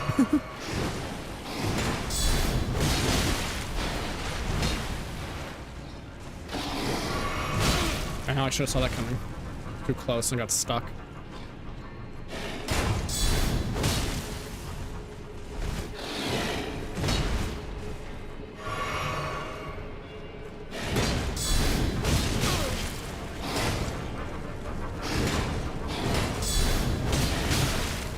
Nope.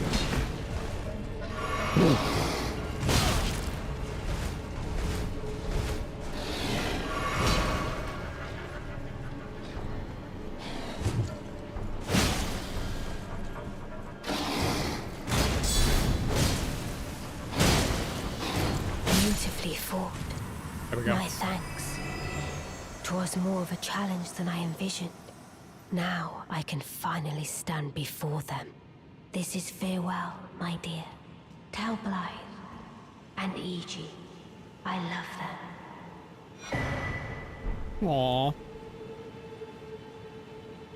Hello, Scorpion Sub-Zero. Welcome in. Welcome to the Pirate Perpetuum channel. Super Elden Ring player. Yep. I am a very new Elden Ring player, but just at the beginning of the stream, I was reading a book about Elden Ring lore, so if that interests thee,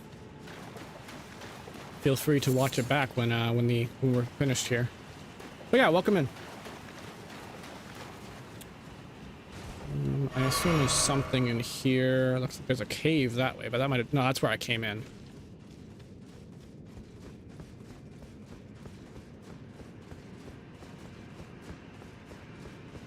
My liege is my super. Oh, okay, I guess we're going up. Or, okay, we're going down.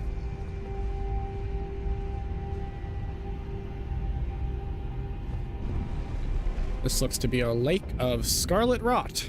Yes, it is. 14,887 hours. That is a lot. I have like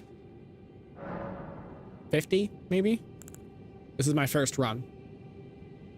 So I hope you'll have mercy on me.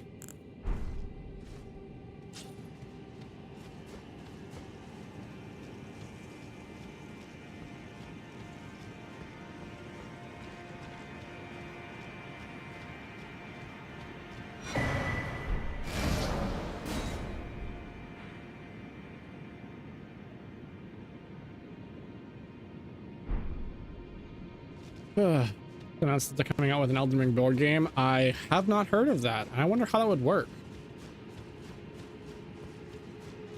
What do you like? Choose a demigod or? Oh, didn't like that.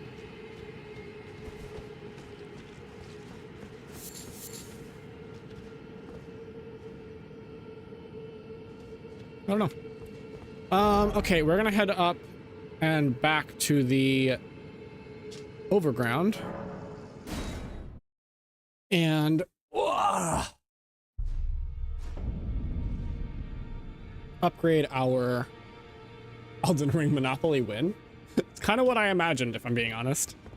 Oh, wait, let's go actually talk to E.G., see if he's still alive.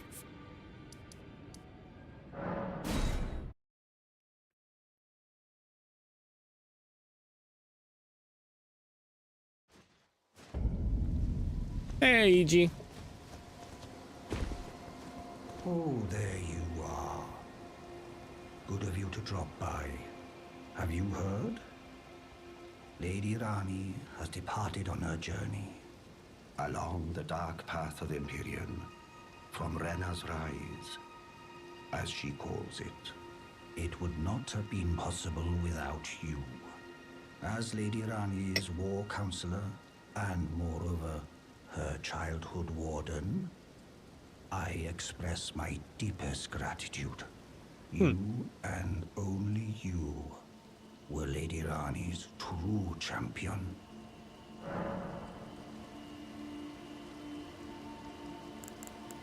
Well, alrighty then. I appreciate it. Carian filigree crest. Interesting. So yeah, now we can upgrade both the golden halberd, which we're gonna do, and the shield. We are also gonna do.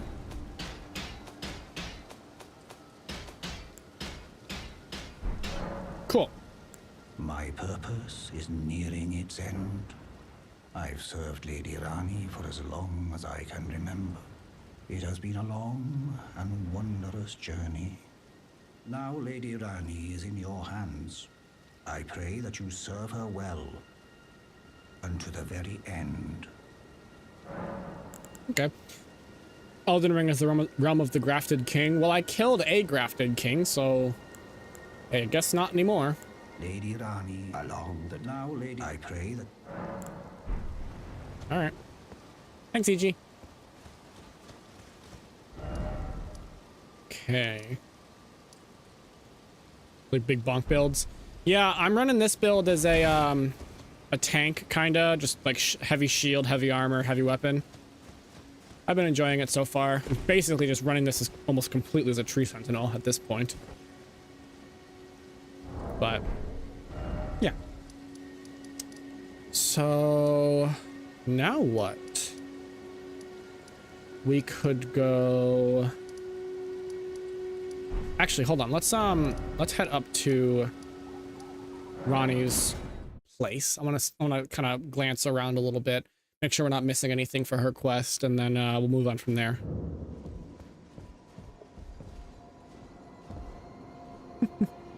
That's so funny. Because she's so big, she had to stack up extra like things on her chair. Most importantly, it's golden. Yes. A golden set of armor and weapons for the Golden Lord of the Golden Legion.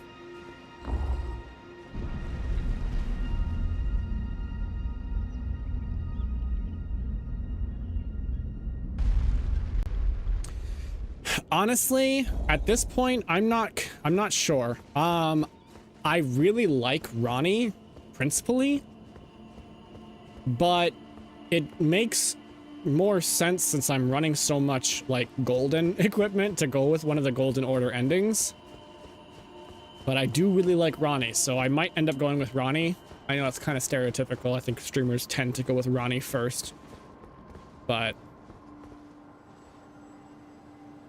yeah, I don't know. I just like Rani. She makes me happy. She also has 4 hands. And a very lovely accent.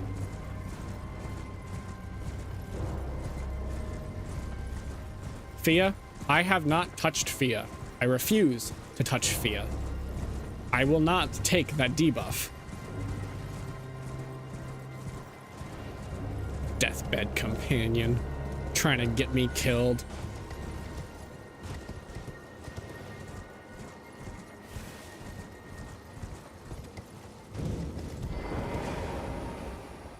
Anything in here? Just do what makes you feel best? Yes. Well, it makes me feel best. Reminds me of the maiden that the one person said about having her have 4. Yep. I think the first place I saw that little GIF of the Pringles can was in the Maxor video. Okay. We have, let's head back over here and head to the other guy's tower, see if he has anything. He gave me a quest, I recall. Wait, you can actually summon Torrent in here? You can summon Torrent in here. Sorry, Ronnie, I'm breaking your tower.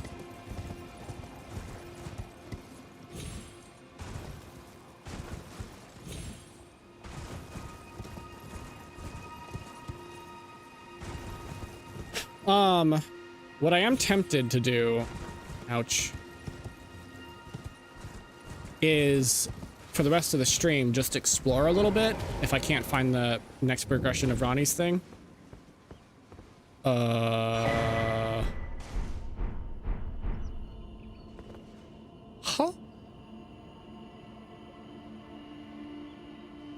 Why is he dead?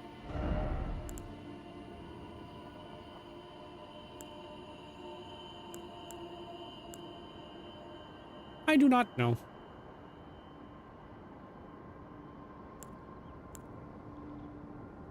But yeah, just going wherever the wind takes me. We can either go to Lanedale, I think it's Lanedale, the capital city, which we haven't been in yet.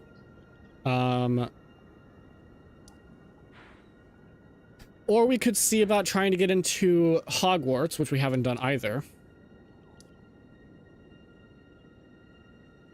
Go out the front of her tower if you're ready. I'm not at the part to fight Blythe yet, if that's what you're talking about. Cause I just went out the front of her tower and there was only the 3 little normal wolves.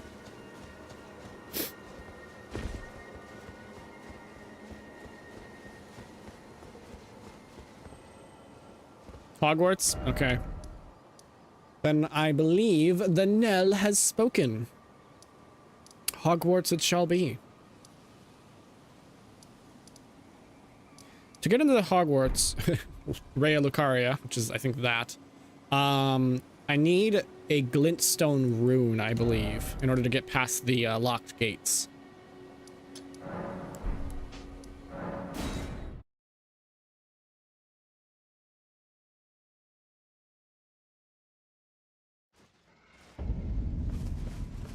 It's final, yes, yes. Chosen one if you may. Yes. Glintstone key. So where do we get a glintstone key is the next question.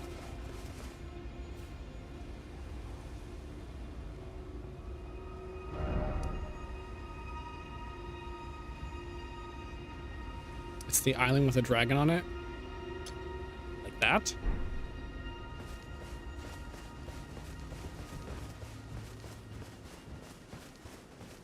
Oh, wait, hold on. At the end of last stream, I was recommended to go get a talisman from this location, so we're gonna go do that really quickly. And then we'll go back and look for an island with a dragon on it. I assume you're saying that that's where the glintstone key is, Scorpion?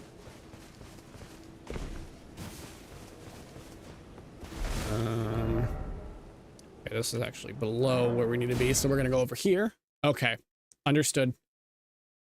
It's the island with the dragon on it. I'll ask you for a more specific directions once I'm there. I believe it is number 3. Yes.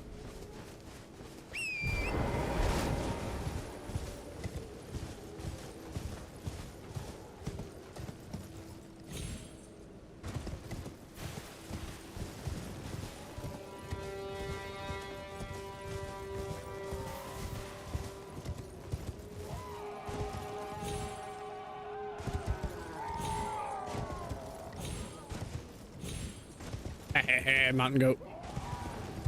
What is frickin' screaming over there? I've beaten this game so many times, it's second nature to me to remember where almost everything is. Okay. Good to know. I'll keep you on call.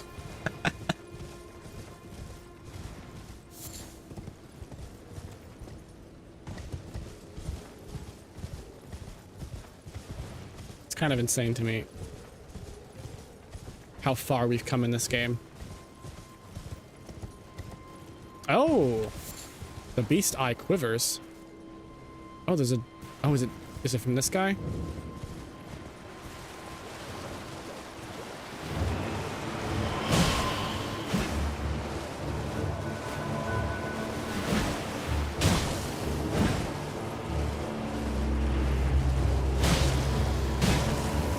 I'm way leveled for this, way too leveled for this guy.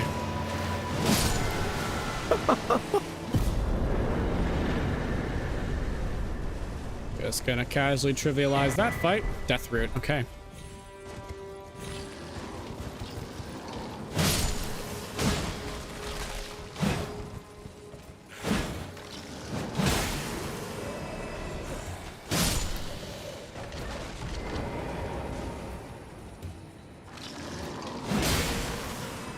Stay down. So in the basement of this place, there's a talisman that I was recommended because I'm using the shield build. At least I think it was this place.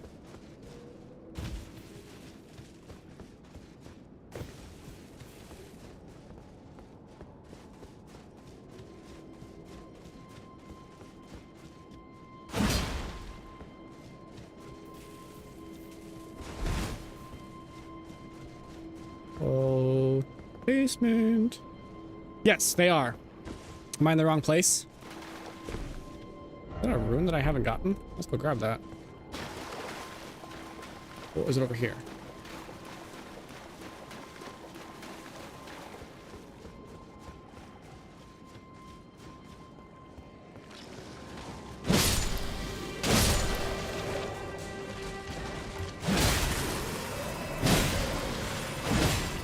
Ow.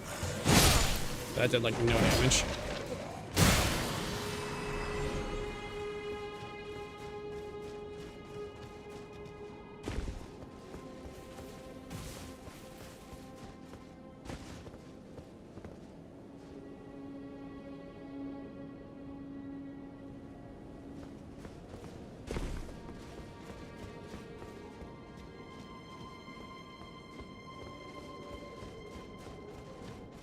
I'm not seeing any. I'm gonna go grab this rune, then I'll come back here.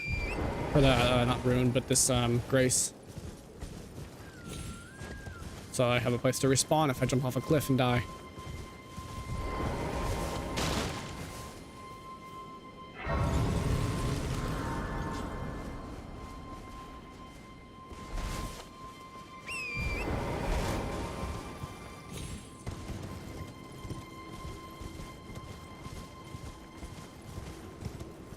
Is it down here?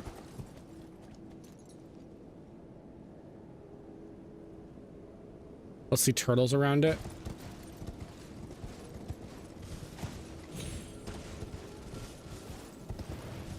Or over here. Ah, turtles.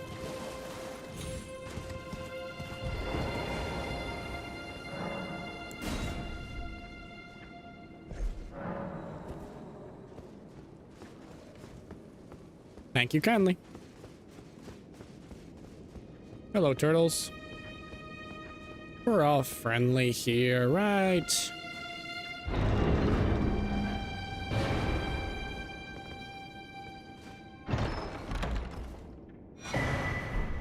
Let's see.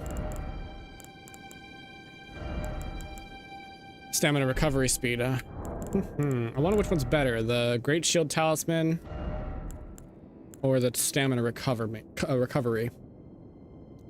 This one just reduces the amount of stamina burned when I'm hit with the shield, and one raises the stamina recovery rate.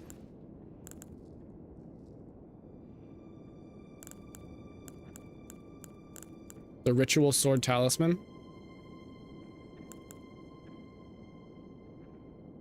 Oh, you mean the Curved Sword Talisman? This one? Guard counters?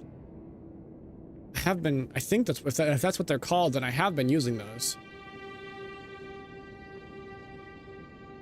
Those like basically riposts.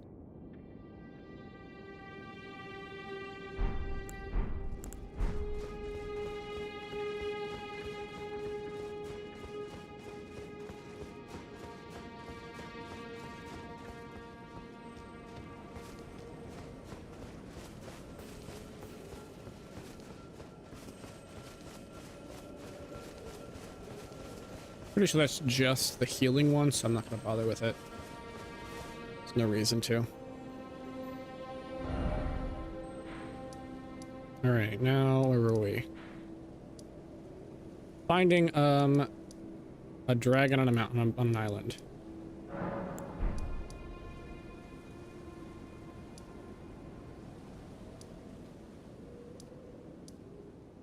Let's try from here.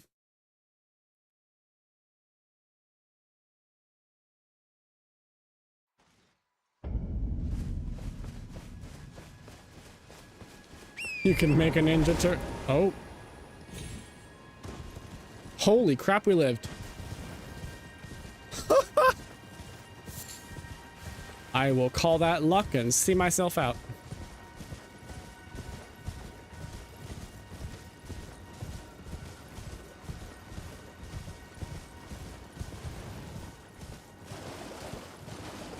So is it this island? I'm still standing.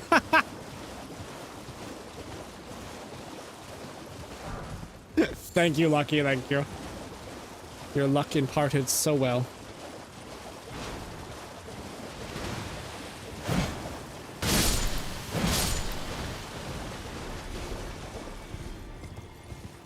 Is there any part, Scorpion, you know, is there any part of the Ronnie questline that tells you to go to Raya Lucaria? I guess not. Guess this might not be where we're supposed to go. I don't know. May as well heal up while we're here. Because I was under the impression that some part of Ronnie's questline sends you to Raya Lucaria here, or there, in order to do something. Seek 3 wise beasts. Are they skeletons?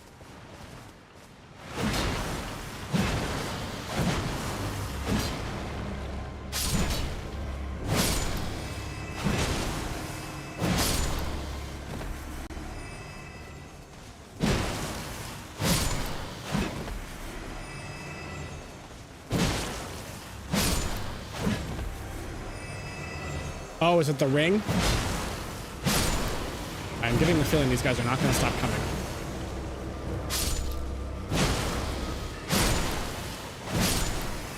Okay. Well, boys, we're getting married. But first we gotta get a ring from the mom. Yeah, I'm getting the feeling these guys are just not going to stop coming.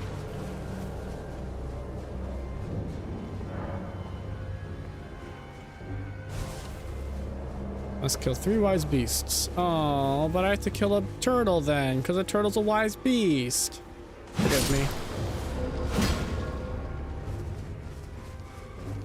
Woohoo! Marriage! It wouldn't do for the Elden Lord to not have a...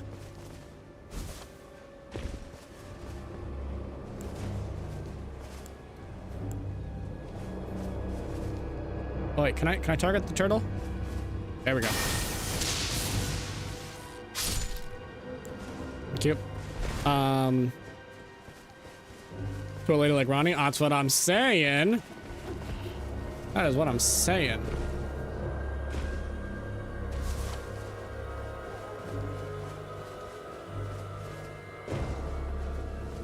Here, turtle, tortoise. It's actually, it's a tortoise. It's not a turtle.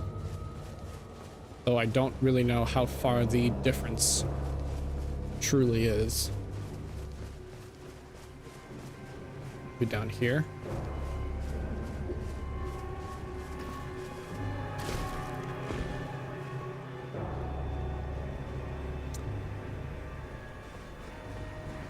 Married, jeez, we didn't even get a proper proposal. Well, we will. I do know a little bit of how Ronnie's questline goes. At least vaguely. And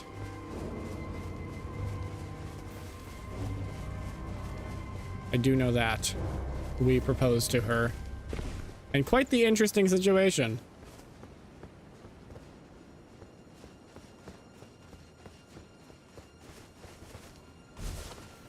Here, tortoise.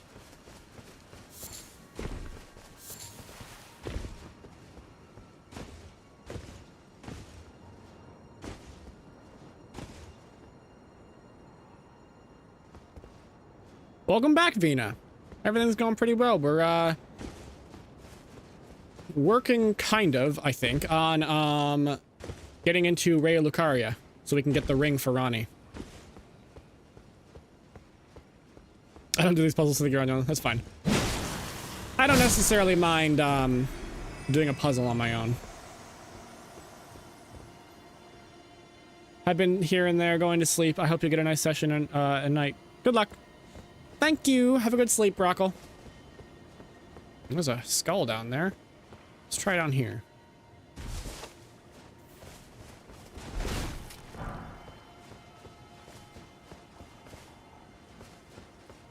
We're currently searching for tortoises.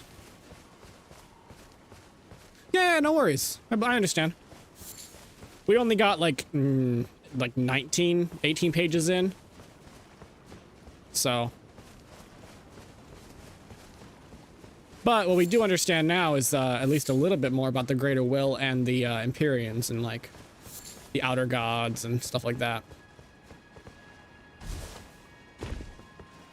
So yes, very interesting.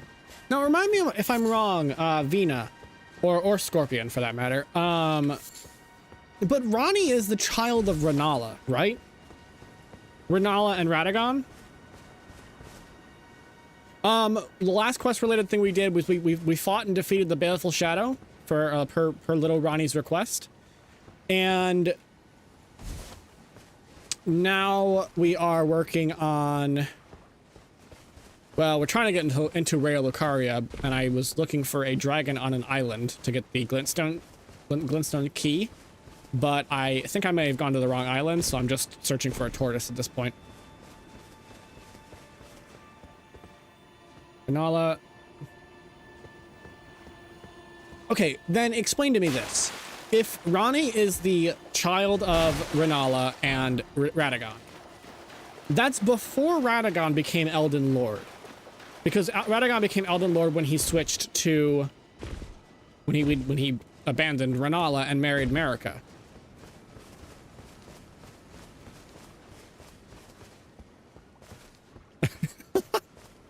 That's funny, Scorpion. And if that's the case, if Rennala and Radahn were together and Ranni was born before he became that, how is it that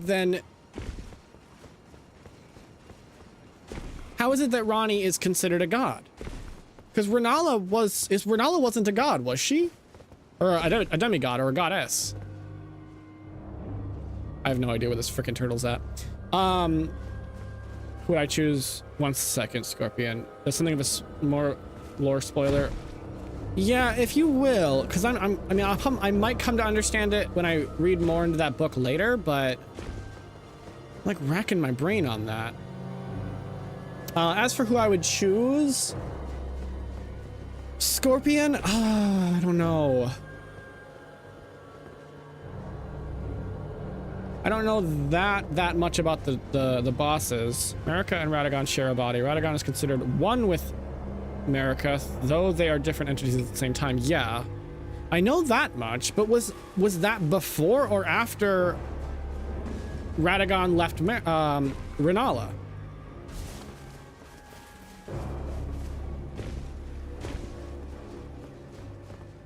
It's always been. Oh. Okay.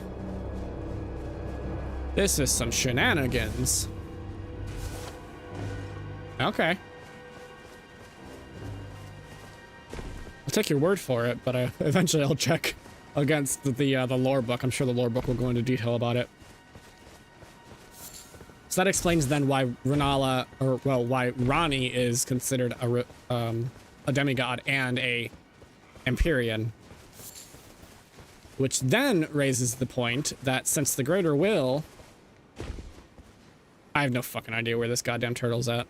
It said kill 3 of them. I've killed 2.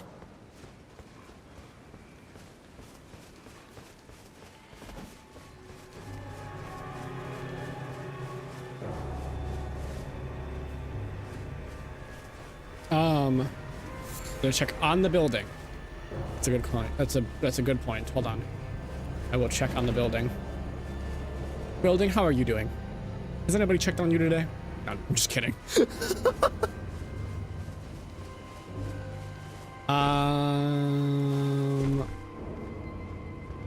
under the stairs? No.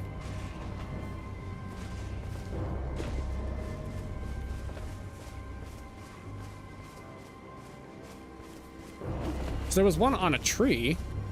Building just answers no. Well, better luck tomorrow.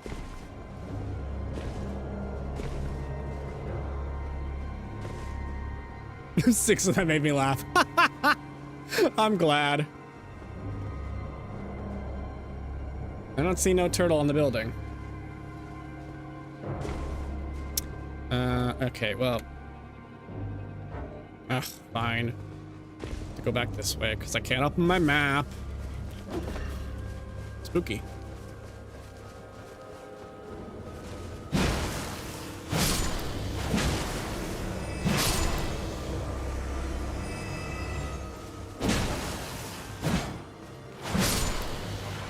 These guys are worth nothing. Put down on the lake. Kinda. I ran around this area. We can definitely see about looking around a bit further. Did I get Godric's Great Rune? Yes, I did. I got his axe. If that's what you're talking about. But I haven't used it because I need more dexterity for it, and I haven't been bothering to build dexterity. Okay, gotta go now. Good luck on finding that turtle. Don't kill him, please. I will absolutely, definitely, maybe not, kind of, sort of, maybe kill him. No. Should go activate that. I can explain in a separate comment. Yeah, feel free to. I also fought Radahn last time and beat him. So I also have Radahn's great. I'm sorry? Okay. My aunt shall avenge him.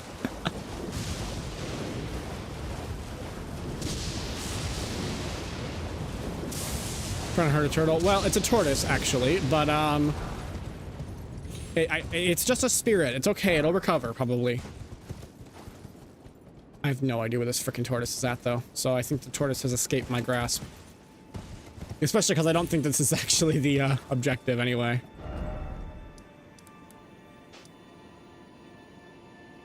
I need to find... Actually, in that case, I will head for the long table. The long table? Lost? Grace? Round table? I can words. In Starville Castle, there is a broken bridge you can see with the map. Go to the Grace closest. Oh, that's no different. Actually, hold on. I do want to talk to this lady as well. Ania. My doubts, but my, look at you.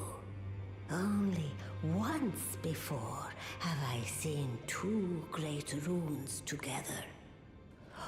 Look there. The fingers shudder with exuberance. Fine work, brave Tarnished. The greater will is pleased.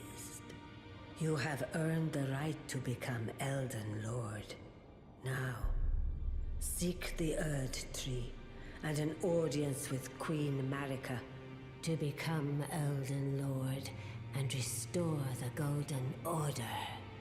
The fingers expect as much from you as they do young Gideon. Take this, a token of farewell. Okay, good to know.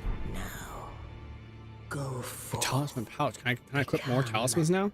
Elden Lord. Oh, okay, I think I understand now.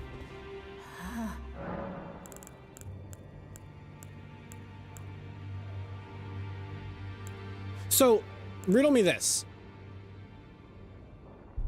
If I use this, can I still equip the Great Rune?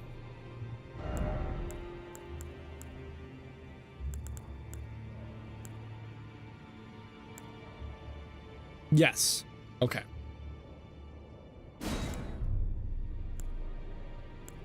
Star Scourge Greatsword. Oh. I'm not really doing a ranged build, like with like bows. Completely separate. Okay. I think I'm gonna get his Greatsword. 'Cause I don't have much use for the bow, frankly. I'm not building decks.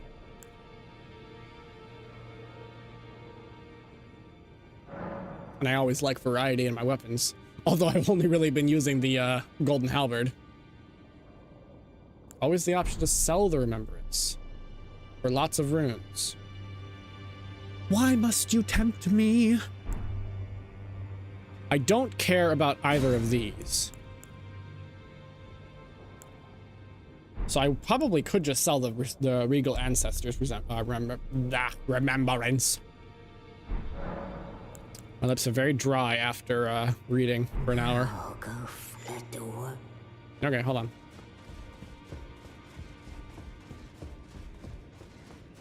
Fucking chair.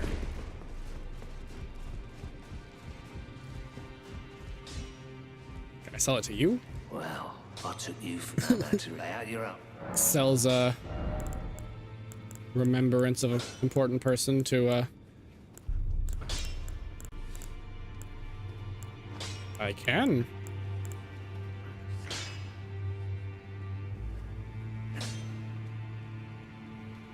Hmm. 30,000 runes is a good amount. I might just do this. What do you think, Vina?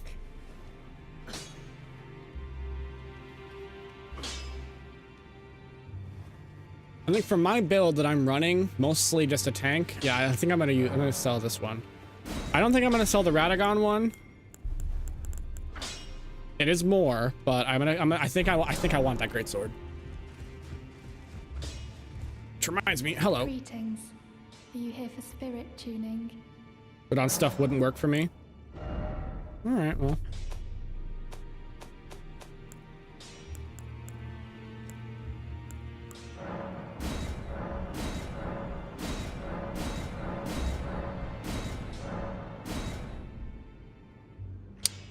So this thing.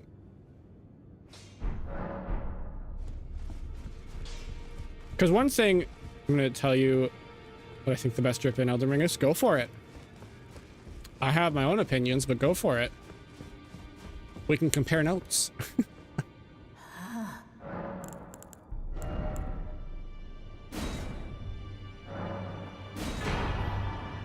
Knight's Cavalry.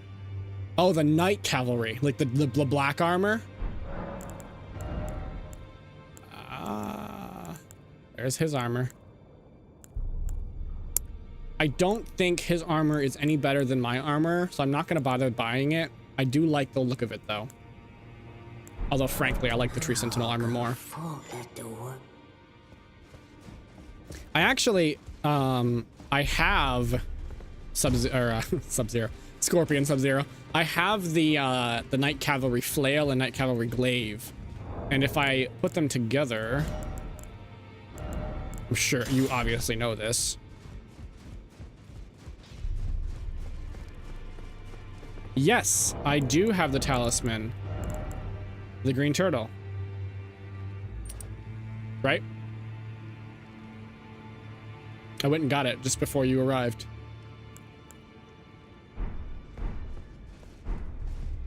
Yes. Yeah, it does look like the armor from Berserk.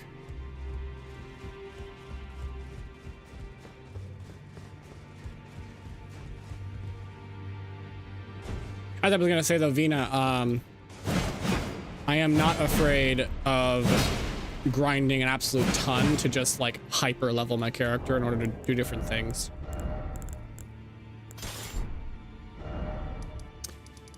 Okie dokie. Yes, I think Scorpion was recommending that I use the curved sword talisman as well, because I have been using the guard. What are they called?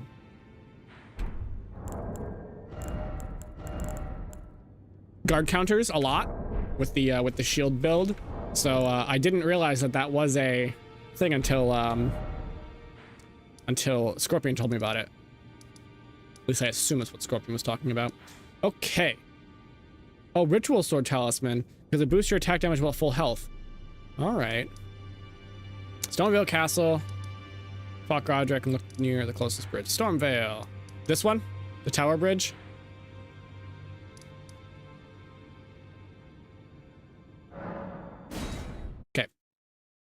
Roger that. Onwards and upwards. Yeah, the funny thing is, I came here before when I was off stream just exploring, and I stopped because I was like, this feels like a boss fight. Let me equip the Mimic Tier.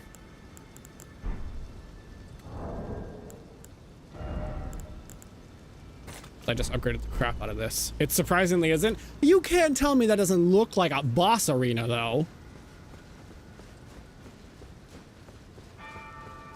With that music? The bells? Well, it's at least him.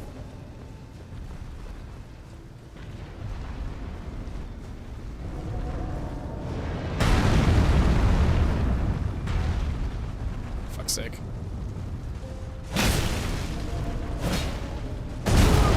Oh, that should have been rightly timed.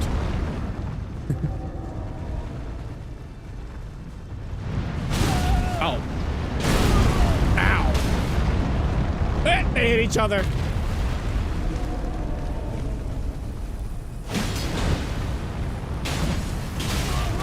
Rude.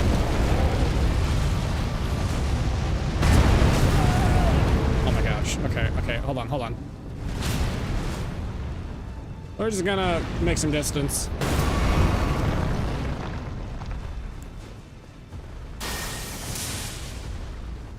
Far. Oh boy. Did they just both get smacked by their own friend over there? Okay, that's one.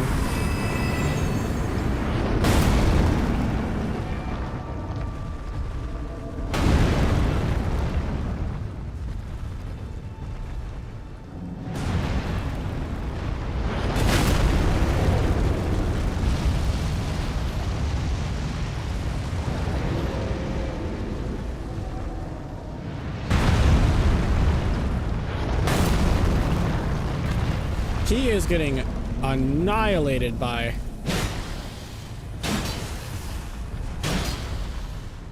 something about to be.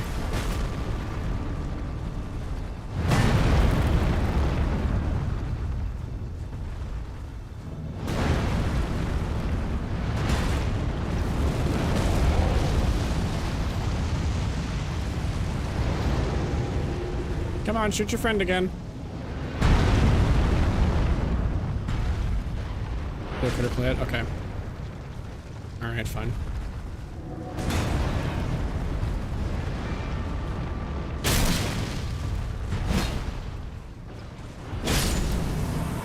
Okay, that's down. And now you.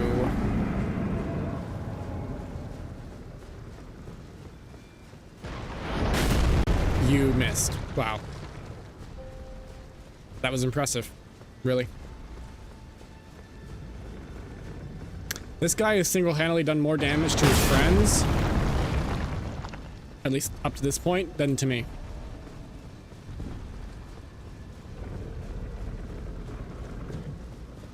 Come on, chart up another arrow. Nothing bad'll happen. There you go. Good lad.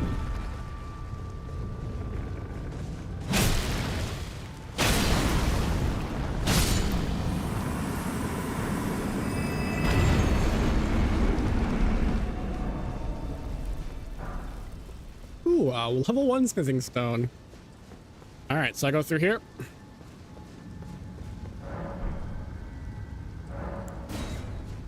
Thank you, Nag. I appreciate it.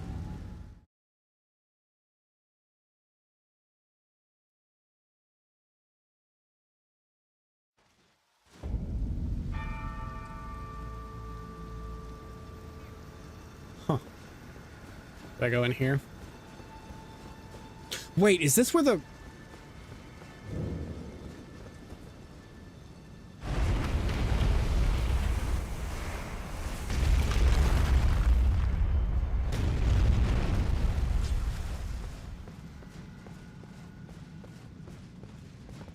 This isn't where you fight the like ghost version of Godfrey? Godfrey? You're doing great, Fifers. It's not okay. And look, I was like, this looks like a tomb. I have found the wondrous physic, but I kind of don't know how to use it, if I'm being very honest.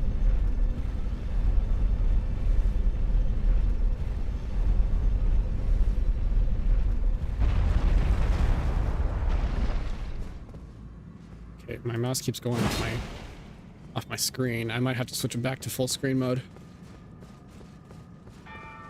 Godric's brother. Relations in Elden Ring are hard. Godric's brother.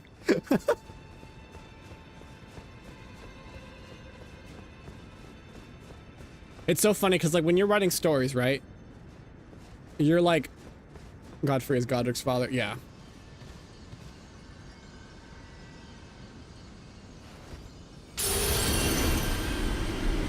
When you're writing stories, you're always told to, like, make sure to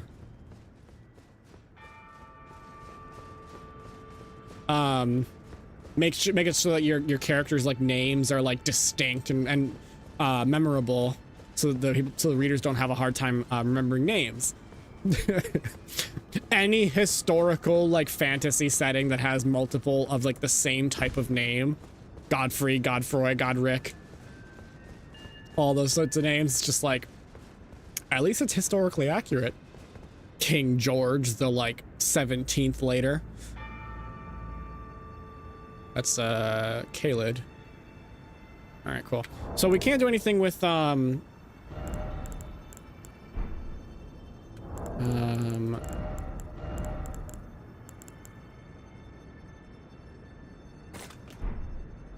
with Radahn. We didn't get Radahn's great rune, did we? Was Radahn wasn't a was he a shard holder? I thought he was.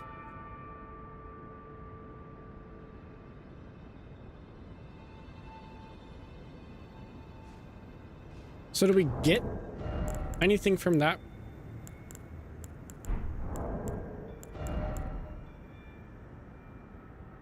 Less useful than Godric's. Okay. Oh, all right. So we just use a, I'll go to a grace. Roger that. Thank you for your guidance. It is ever useful.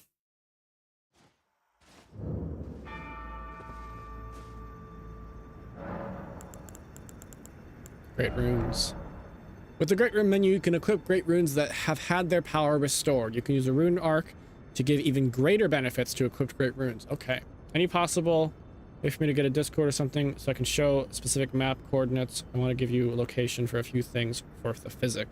I don't have a Discord server like such, but I mean, if you message me on Discord, it is pretty sure just one.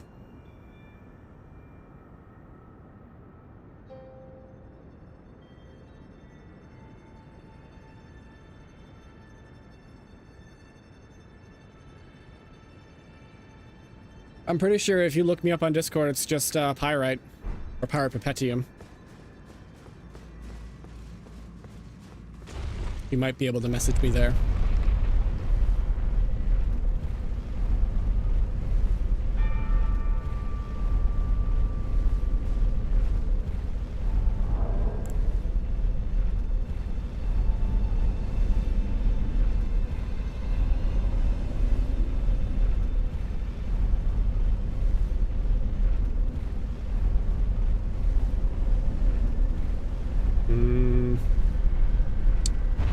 Did you send it to the right one?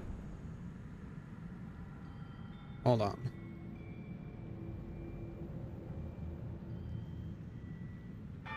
Ludo F555.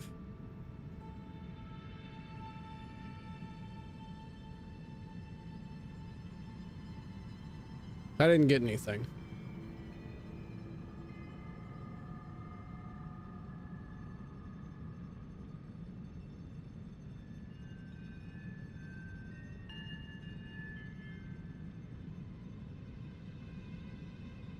Yeah, maybe. Yeah, I see it. Sent. Well, let me turn streamer mode back on so the boomps don't come in. There we go.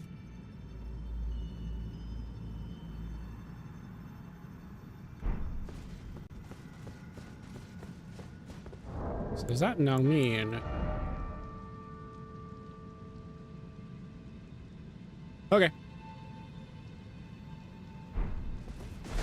Oh, suddenly I'm in a heavy load. Ah, it's because of this, isn't it? It is. Darn.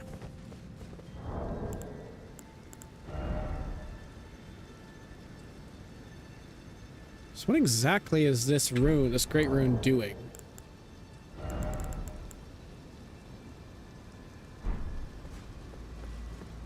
And is the rune arcs, if I use those, are they temporary improvements?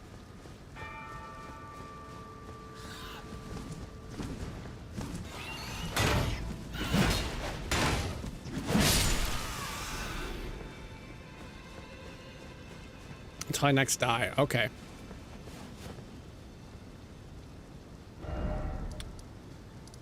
Okay. Understood. All right. Tell you what, I could definitely use the it's the Great Jar, right? The Great Jar has the talisman that's much better for what's his face? The Arsenal Charm.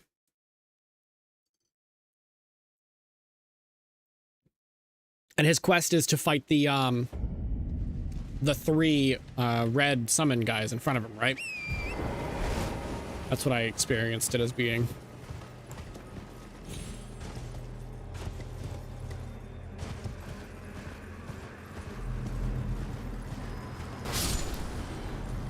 All stats by 5, okay.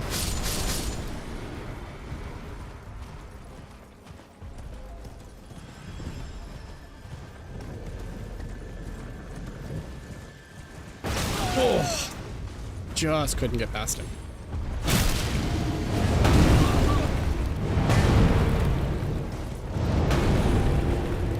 Come on, aim at me. Thank you.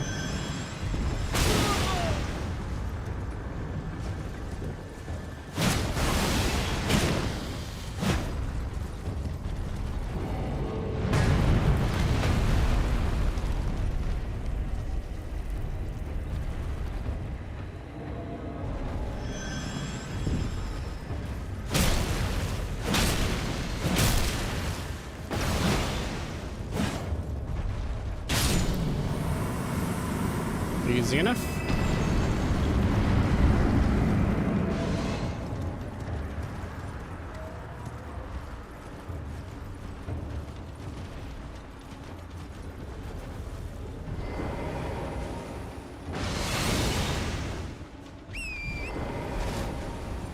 Okay.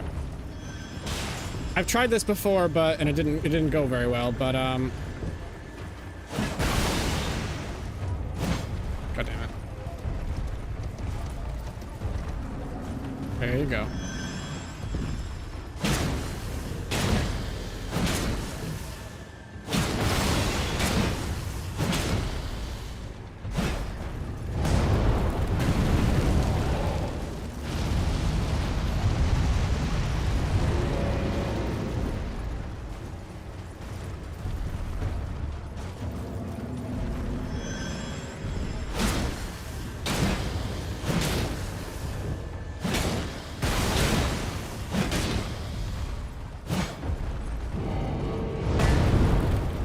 Yeah, throw your temper tantrum.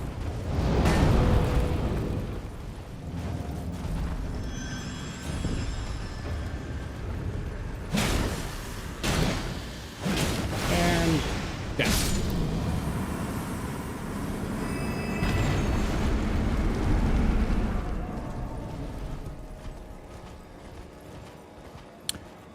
Well, hopefully this goes better than it did last time, because I barely got past the first one. But I am higher level now, so maybe.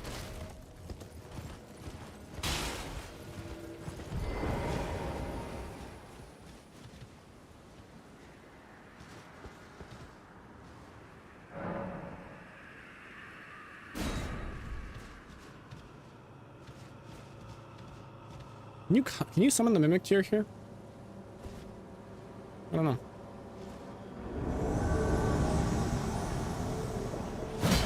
Dang it.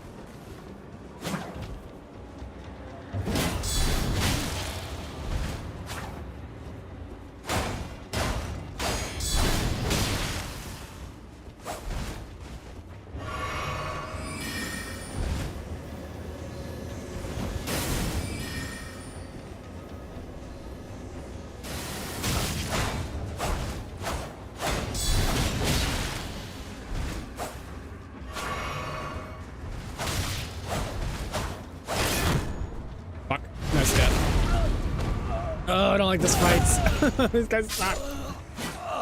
They're very good at getting through my blocks.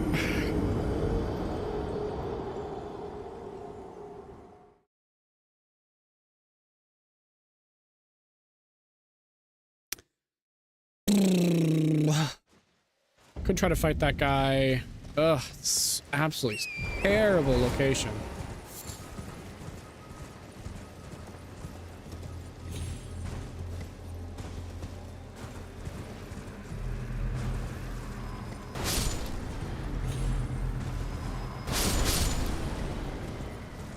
I really wish I could just run past these guys, but they'll just continue to pepper me from the back, I think.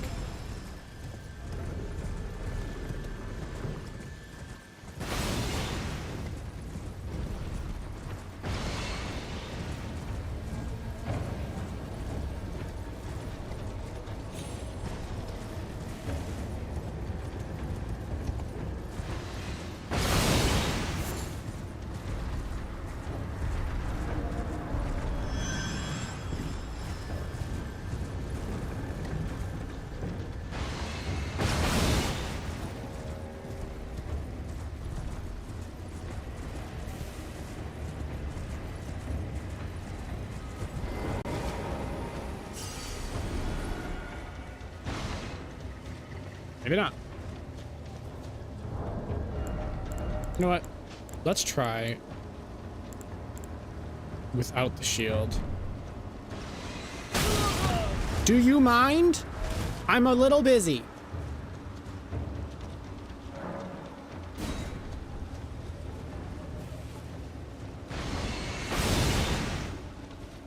Let's just put up like a big old shield, right?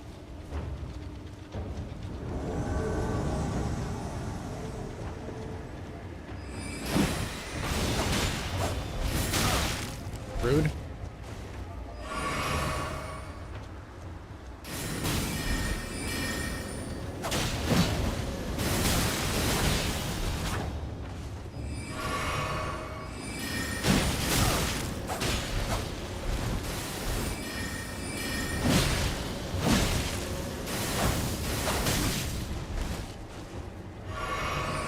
And no, I cannot summon the mimic tier.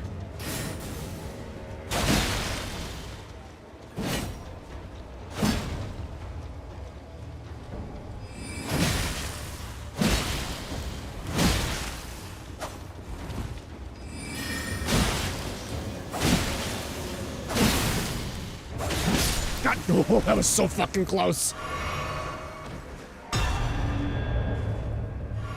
I'm gonna have to feed all three of them in a series.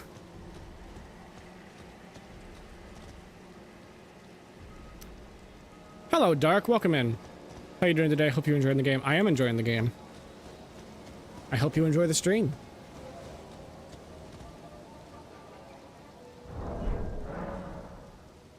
Okay. I'm gonna see if I can equip the shield again. You know what's honestly kind of tempting? Trying the shield and the partisan spear. But I can maybe keep my my defense up. No, not that. Not like that. All right, no, I'll try the halberd first, against these guys.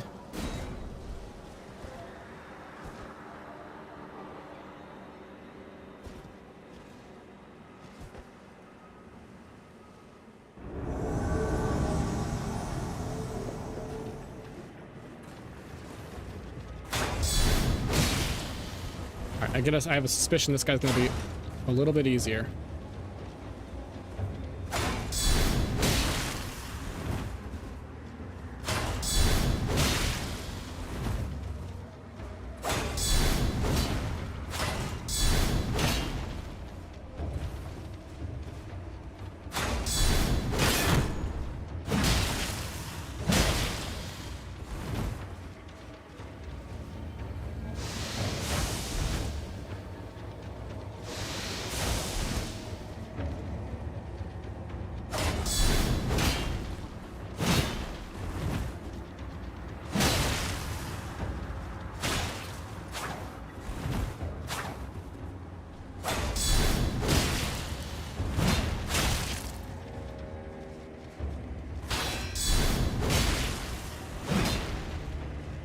Stamina rise.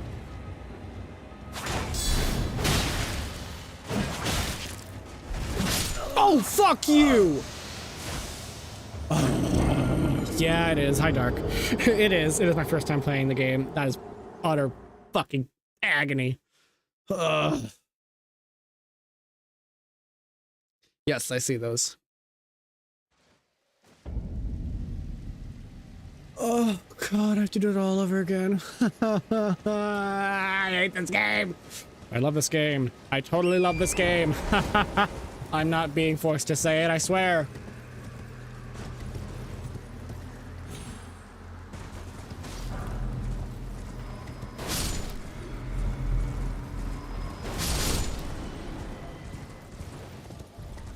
This really help in the current situation. Okay, let me at least go get my,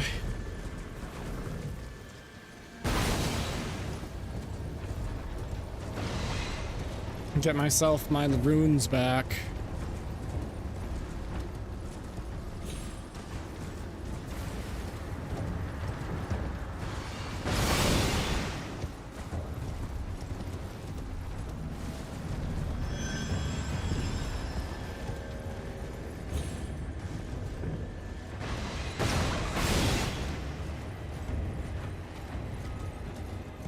I totally could have gotten that guy, but I stopped freaking blocking.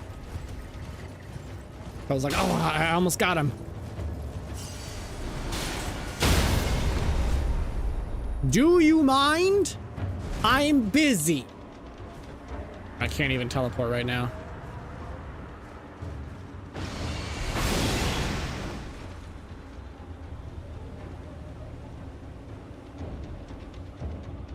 It's fine.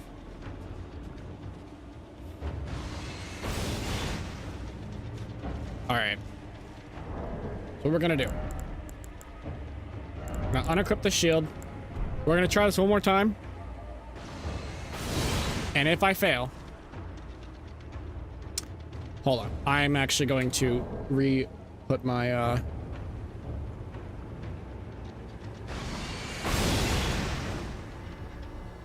my game to full screen because I have it on windowed full screen, but it keeps occasionally clicking out of the game. And I don't want to deal with that.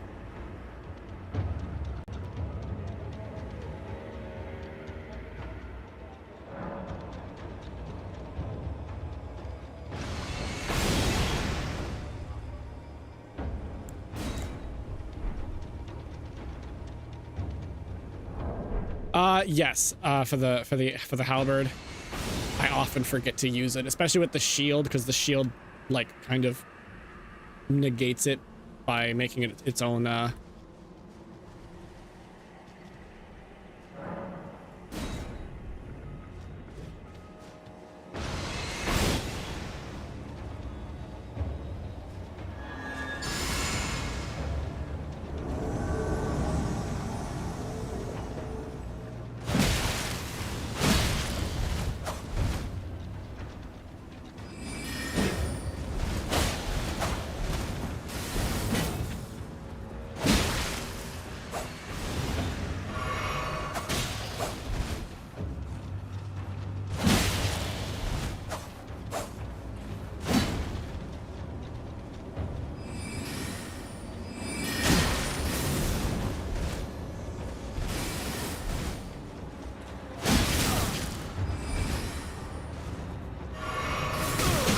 Oh, come on.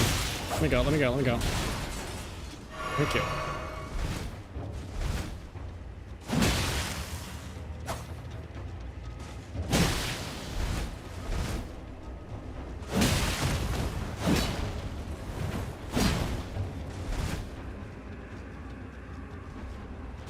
Good. That went much better. And he's ignoring me now. Put the shield back on, because the shield worked well against all hill enjoyment, yes.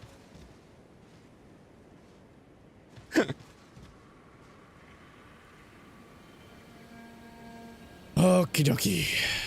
We'll go ahead and start the summoning.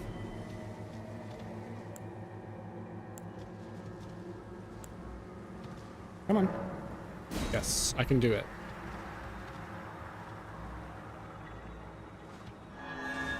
Get that up.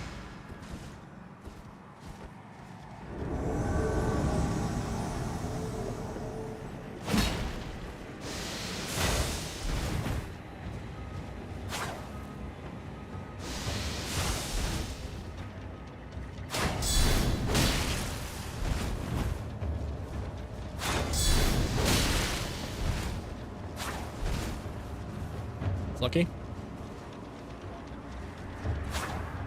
You missed. Didn't miss that time.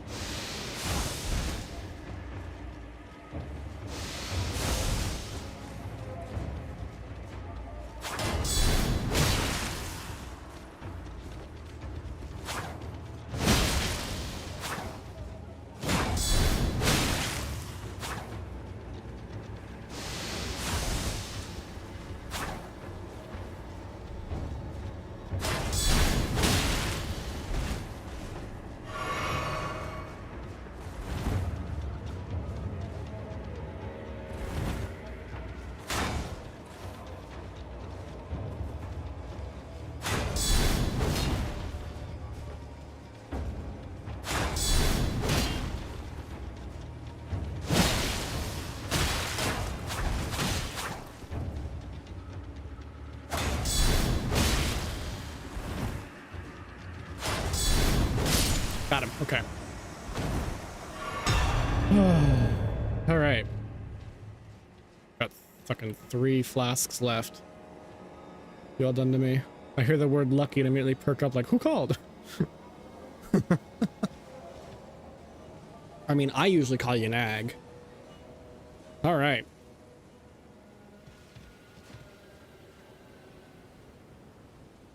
That guy has a very big mace. Let's go ahead and use this.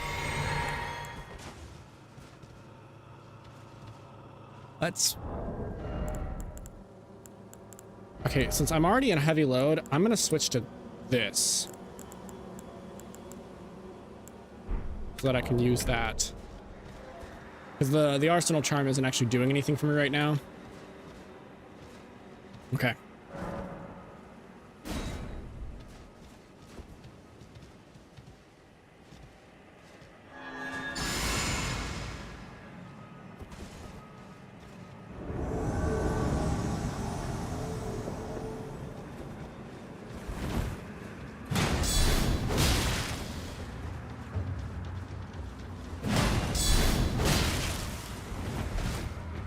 Stamina. Yep, figured that was coming.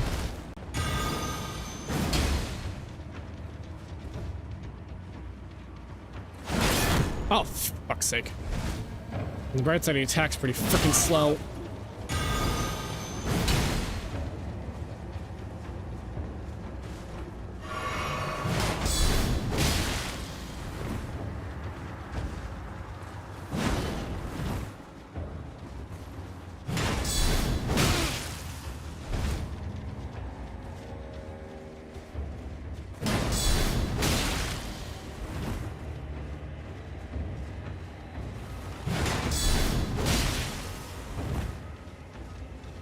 Keep some distance.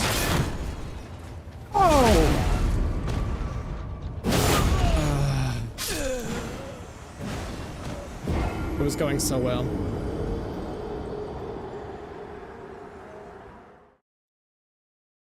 Who needs an arsenal charm anyway, right? We could just go and raise our endurance a bunch. That seems more enjoyable.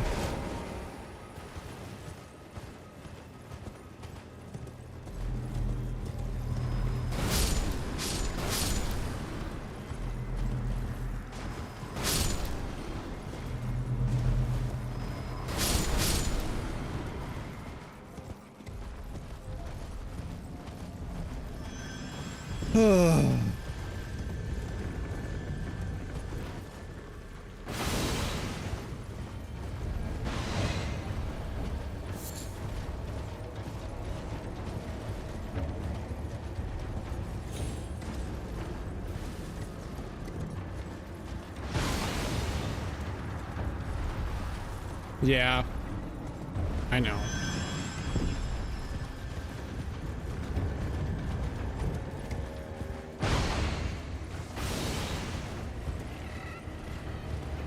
It's actually because I put the newest talisman on.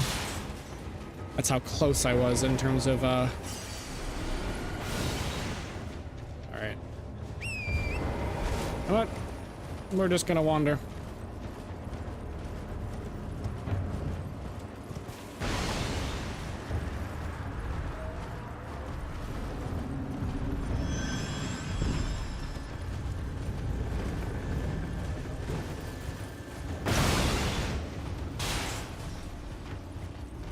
Here, I wonder.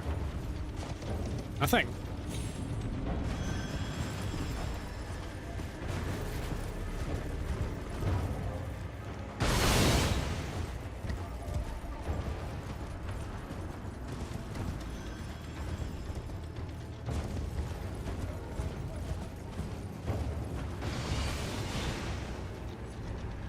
Okay. Still can't open the map. It's fine. Hello, sir. To be honest, with the compacted runes, whatever they're called, I actually might have enough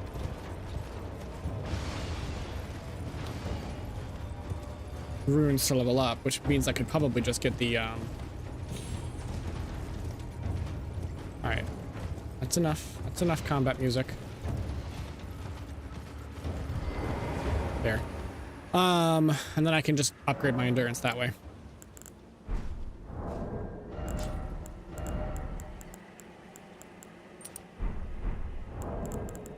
Boop. Maybe.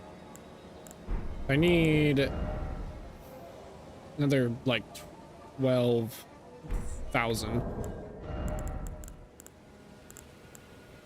Oh, I do have enough.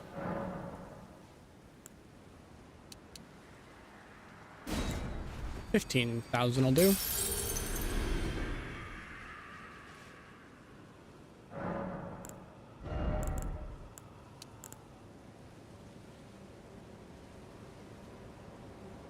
Yeah. I kind of figured I was gonna die there, so I figured it was kind of it would just be a waste. That's why I didn't. Okay. So, 1 second.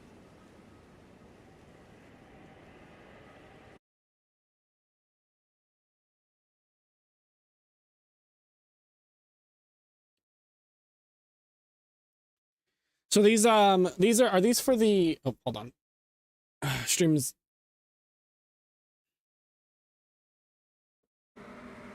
There we go.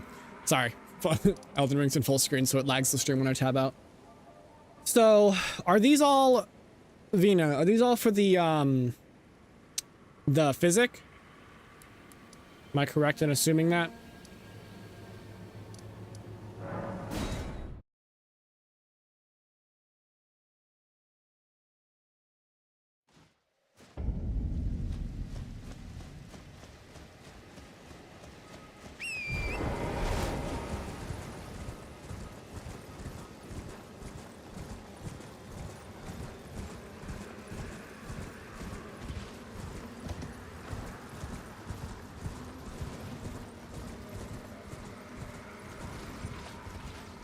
All right, roger that. Let me read what they actually are then. Okay, max stamina 15%. That's not terrible. There's a stamina recovery speed. That's good too. So, okay. Equip load 100%. Well, I think equip load. Yeah, we're back into the medium equip load category. So. Oh, great.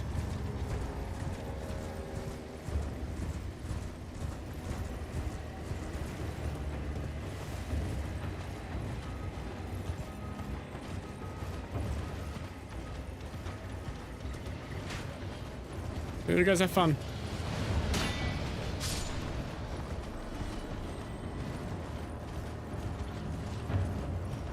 Make sure I'm going the right way. Okay, I am being chased. Of course that I am. Of course I am. It's Caelid after all.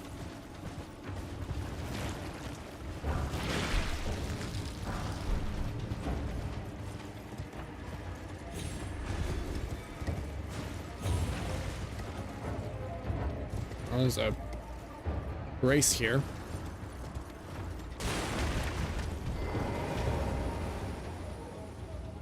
So lucky me.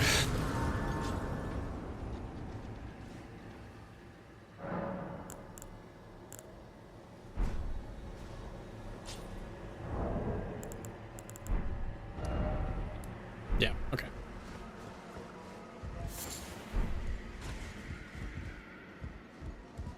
What do you got? It's rotting. Everything. Rotting scarlet. The very earth that Caelid rests upon, and Celia, town of sorcery. The end is nigh for us all. Yep. Frickin' Melania. Oh, I don't know, defeat.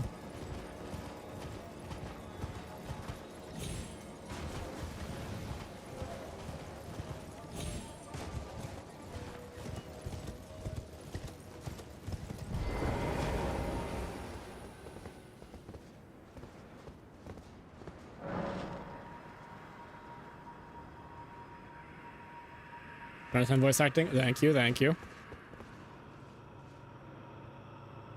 Yes, I already killed the mini Estelle and Baleful Shadow. I haven't fought actual Estelle though. To be fair.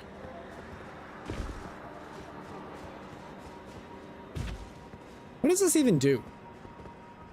I've seen like three of these I think already. I don't understand what they actually do.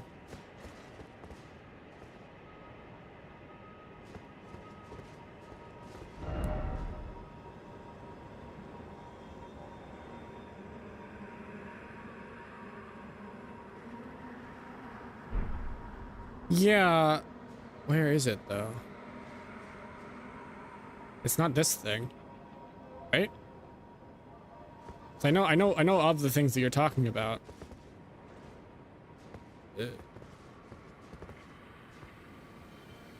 I don't see any down there.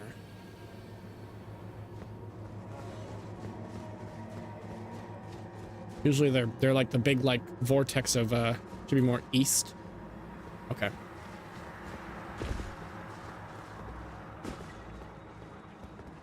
That's okay. I understood what you meant. But if it's east, oh well, there's the mother trucker I was just fighting for. Spirit Spring.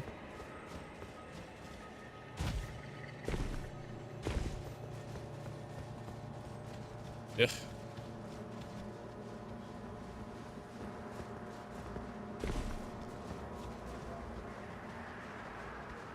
You didn't see anything.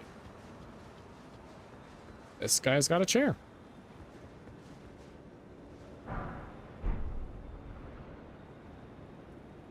East.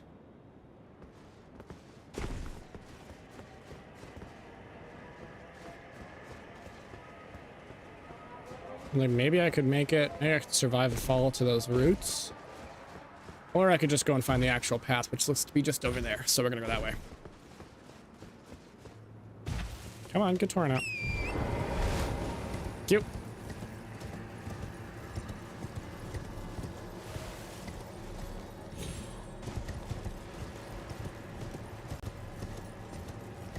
Here we are.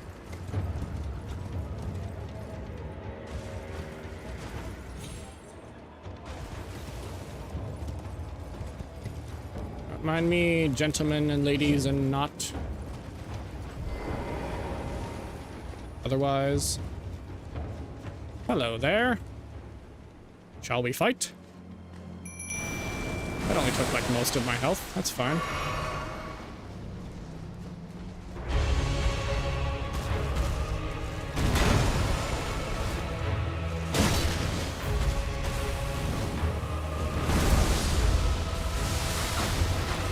Oh fuck, that's Scarlet Rot.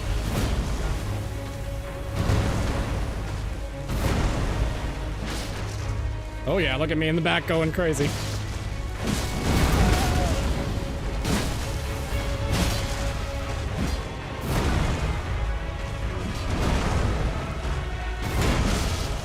I am brought. Uh-oh. Yeah, saw that coming.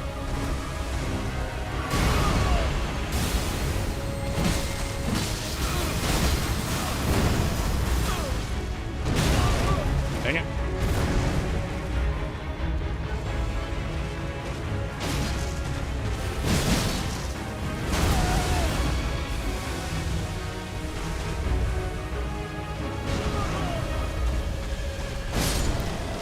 Thank you, friend. Yeah. This is great. I am very glad that I got that. Even if it cost me a heal. So there's the green burst tier, as well as a flame shroud and cracked tier.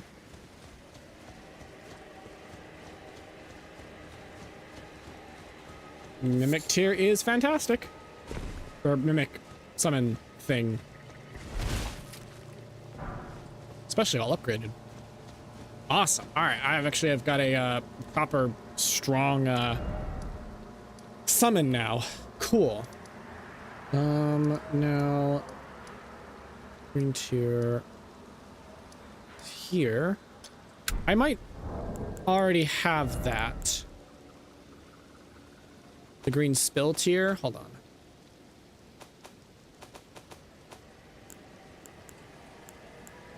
Yes. I have the green spill tier.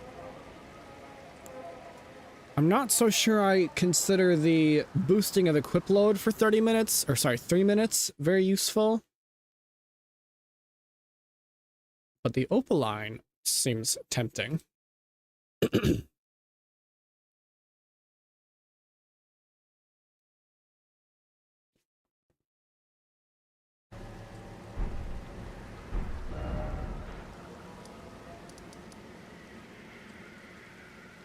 Yes, over here.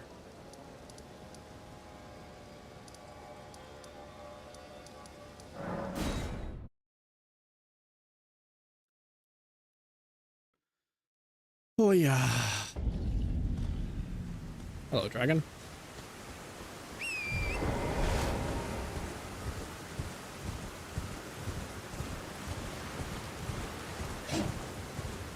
Yeah.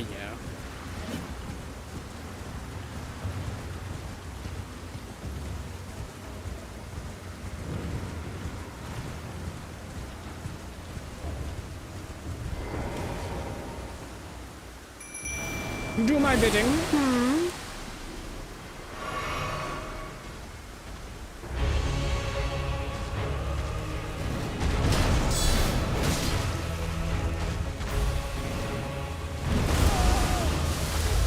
Ugh, this is also a putrid one.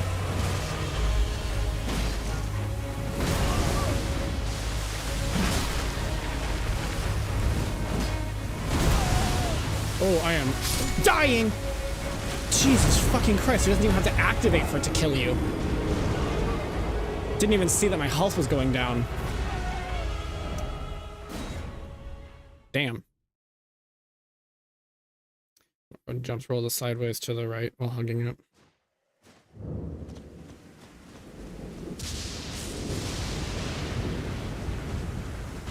Oh. Hi. Give me 1 second. And then you.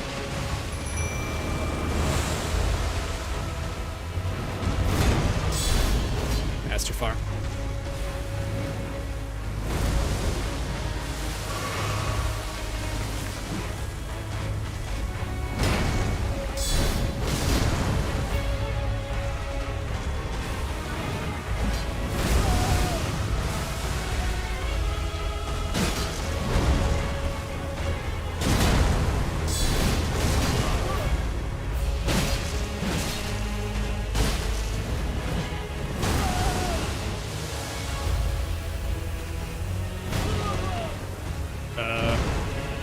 Good luck on a tier.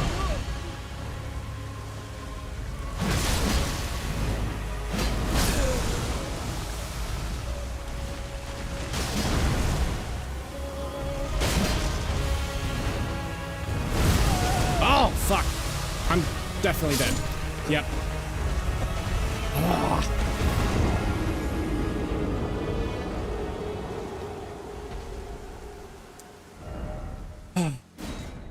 No, I'm not winning. Thank you for asking, though. Do better. Thank you.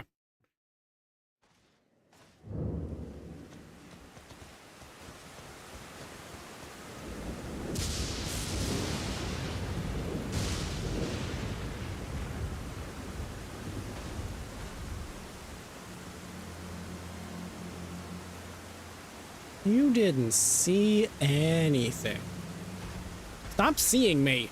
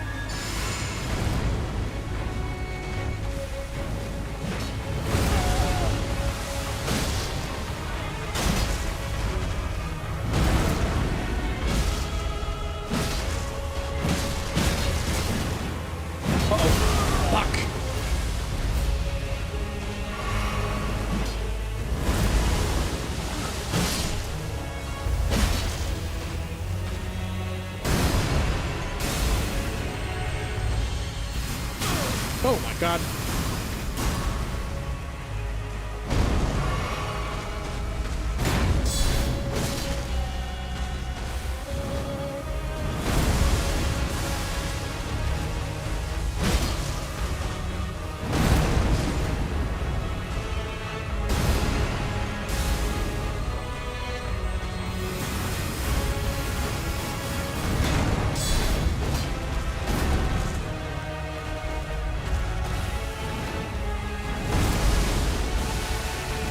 Out of it.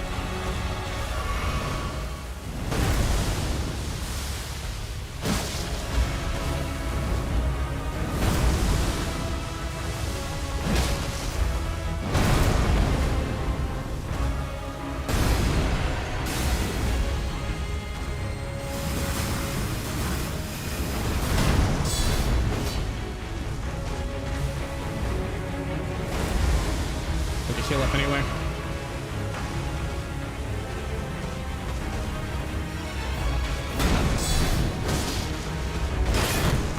Okay. Please don't drop me off.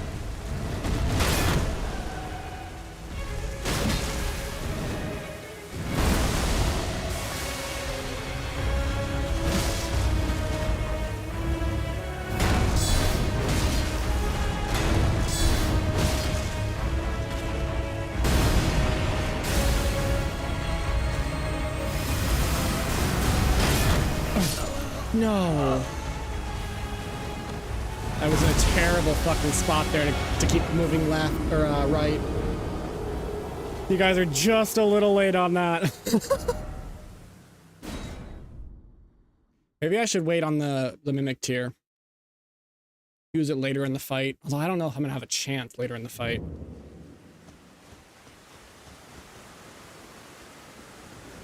To be honest. That's fine, yeah. Stop seeing me, it's uncomfortable.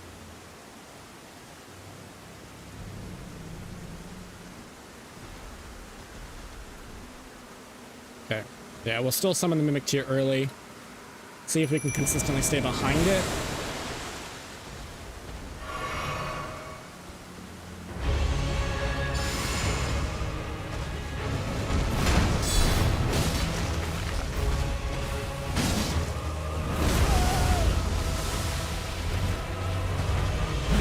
Oh, God.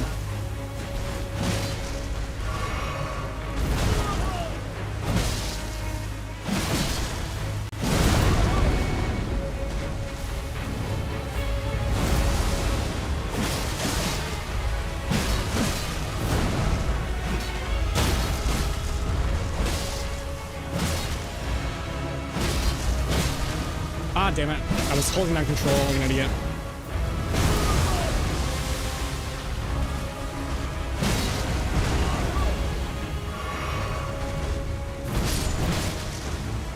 Oh! Jesus, that quite the fucking spin.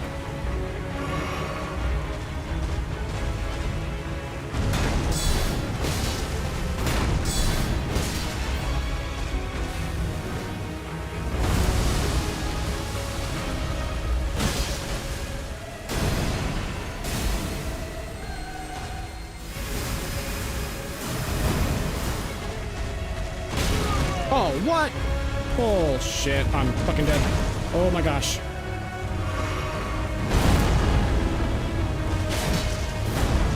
Oh, that was purely luck.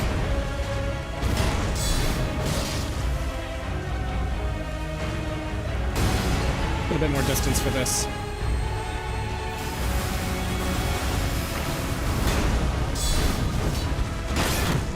Okay, that's fine. Just heal up. Ah, excuse you. Thank you for killing him. Come on, up here. It's safer up here.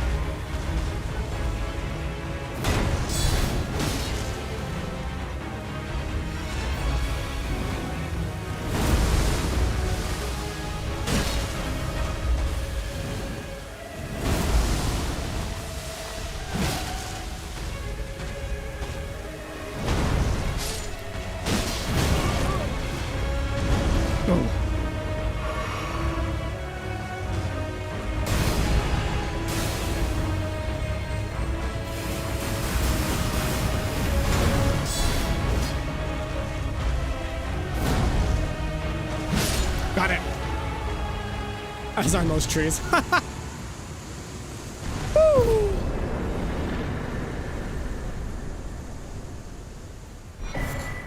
Thank you. Thank you for the guidance, Vina. Okay. Thank you, Matriarch.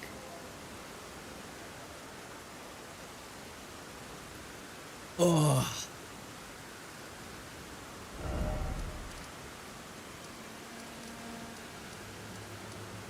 Oh, actually, I think I got another death root or whatever they're called. So should I give it to the beast guy here? So, who is actually Malekith? I know you. I know who you are.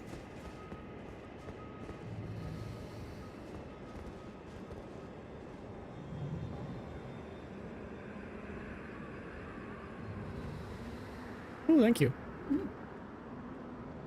More tea. No. Thank you. Go ahead and give it to him. You get them all, he gets new dialogue. All right.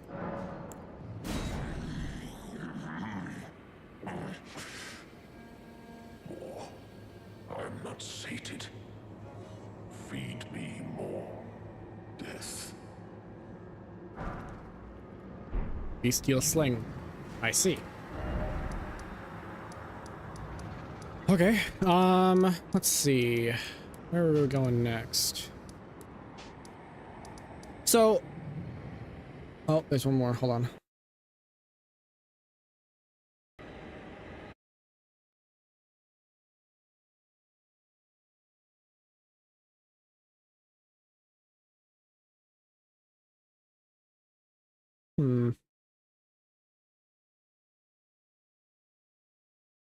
To do the AoE.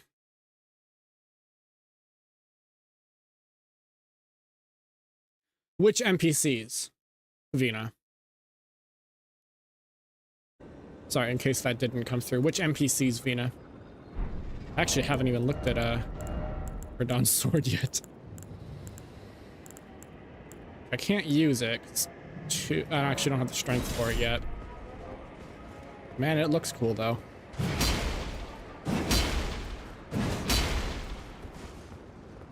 Oh, you actually just get 2 of them, which he did have 2 of them, so that makes sense. Ah. It's funny that they don't act like the dual wielding other weapons. Oh no, they do. They just have a standard, it's just their standard attack.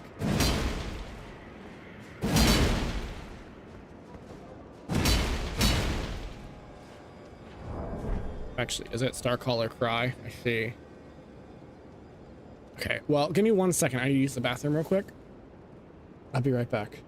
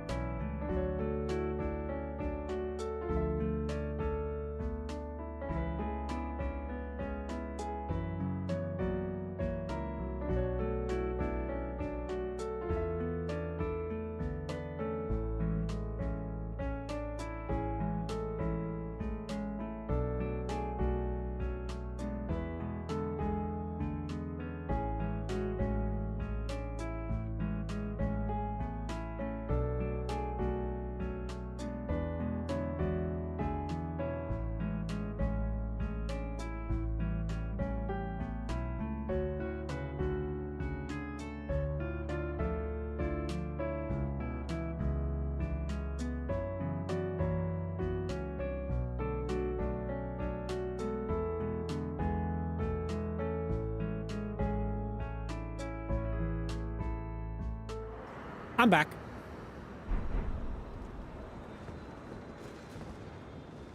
Okay. I think that is fine. I think those ones that I just got, those tiers will be fine. Thank you, Lucky, thank you. 'Cause I can only use 2 of them anyway. Oh, yay, food.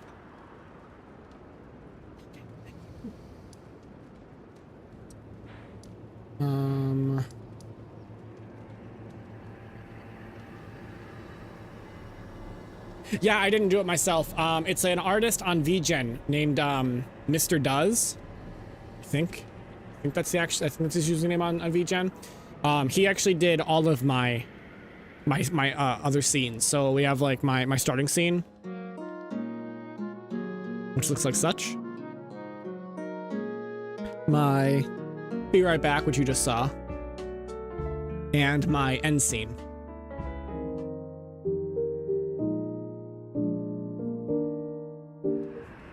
So yeah, I recommend him. He's very good. Very pleasant to work with as well.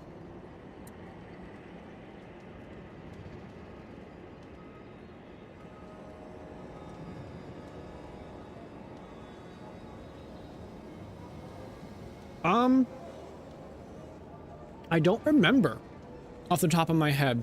I don't remember it being that expensive, although I think we may have actually talked him into raising his prices because he was, we thought he was underselling. 150. Now, sorry about that. But yeah, I think he costs about 150 per commission now. It's worth it though. He does exactly what you want, and he's willing to make changes if they needed. It was very, very pleasant.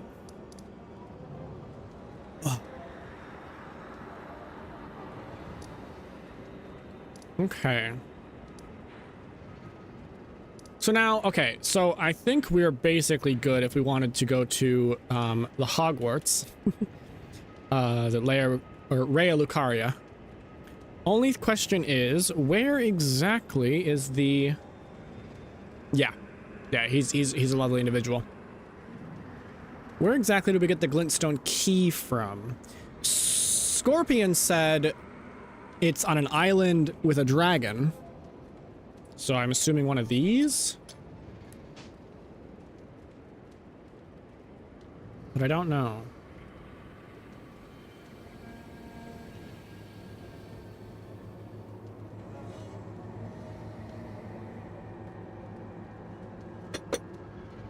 Second one. This one here, which is conveniently marked with a 3. All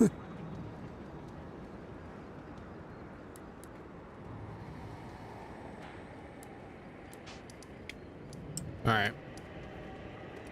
This one.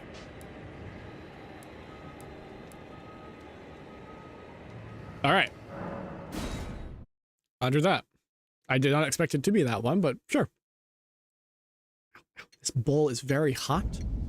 I've got some couscous with corn.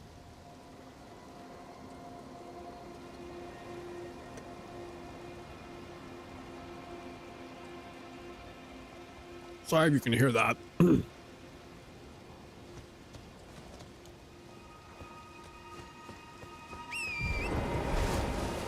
I am, however, very hungry.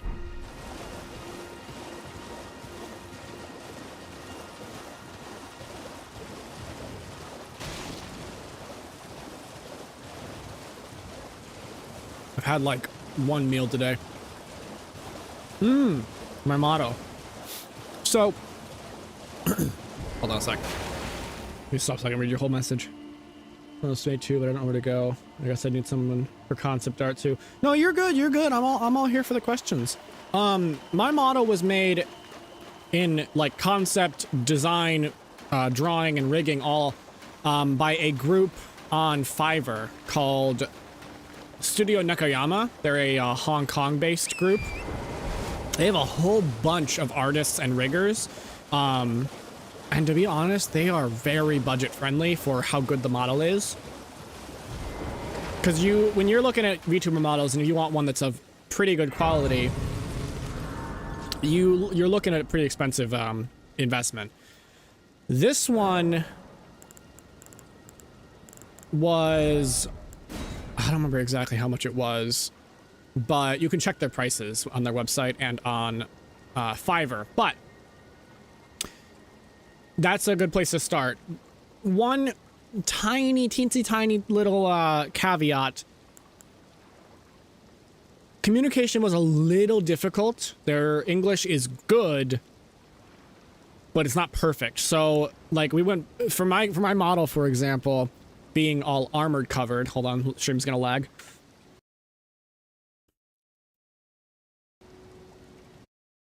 There we go. My model being in armor, first of all, I wasn't expecting them to actually be willing to do that, but they did. However, it was a first for the rigger, and it's officially an inspiration now. So proud of how far we've come. I appreciate that. But yeah, so like we went back and forth with the artist repeatedly, trying to get the plates, the individual like the style of plates right. So for example, this section on the arms where you can see the plates were meant to be chainmail, but we had gone back and forth and changed the design so many times that I was just kind of tired of trying. And so we decided just to say, whatever, it's fine. But if you're not that picky, because I am extremely picky and I was having them change multiple details, which to be fair, they did. They changed just about everything I asked for. They're a good one. They are honestly a one I can recommend, especially for budget friendly, for a model that moves as good as this one does. And with as many toggles as this one has.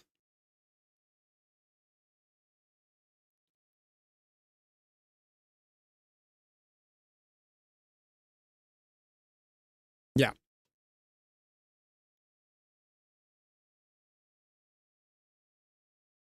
Yeah, if you have that much, that's easy. I mean, like, for example, all I had for this armor was like concept pictures and my written explanation.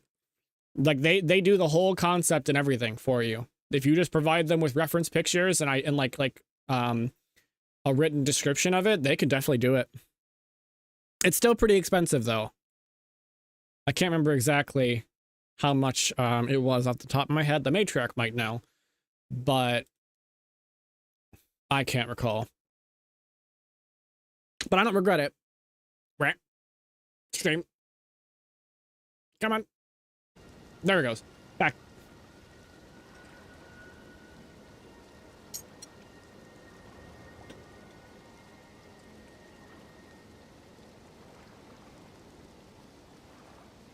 And that's for 2 models, by the way. Both mine and hers.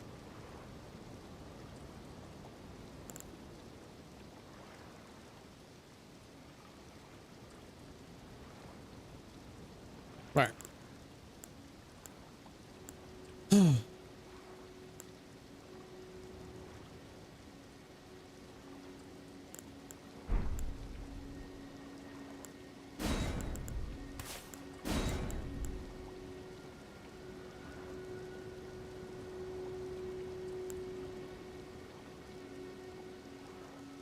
I do really like your model too, Nag.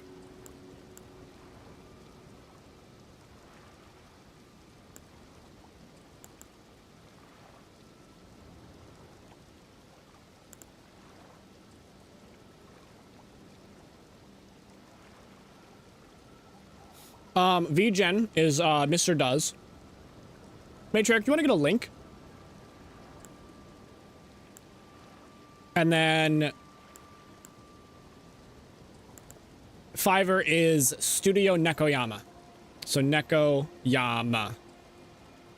They also have a website of their own. If you want to like tab through and look through their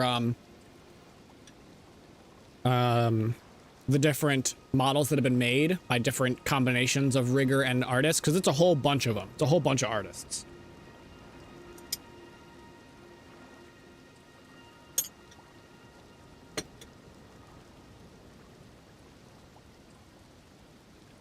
And they have different tiers as well. So our tier, excuse me, our tier was the highest, or like the most expensive that they offered in that batch, because we chose our artist and our rigger, which is an extra cost. We chose our, and we chose no, ours wasn't the highest. It would have been now, because one of the artists that we chose at the time wasn't considered, he wasn't in their top bracket yet, but he is now in their top bracket. So we were like just below the top bracket of cost. Thank you, Matriarch. You might already be doing it, but can you get the Fiverr link as well?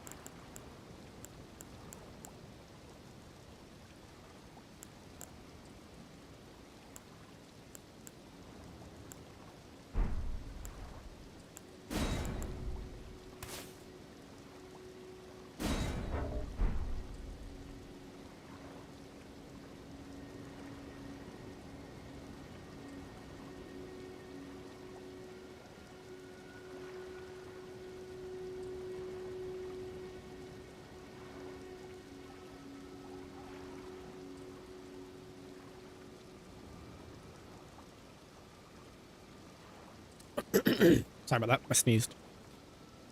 Thank you. All things together, I got around 150 for both model and rigging. That's really good. But thanks a bunch. I'm also very happy with how my model turned out. A real dream design for me. And happy I can be silly with it now. That's absolutely, yeah. I absolutely love rocking this. Bless you. Thanks.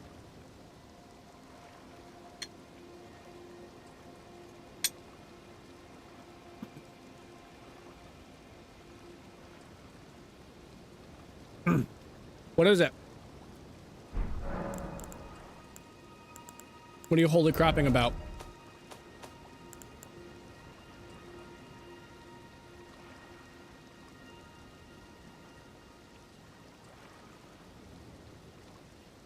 $150 what? Small children? Yeah, no worries, Vina. Always willing to help out another, either prospective or well-established content creator.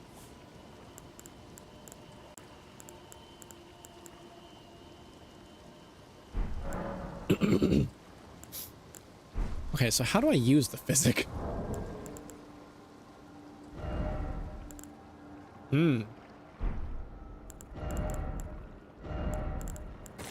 Like that.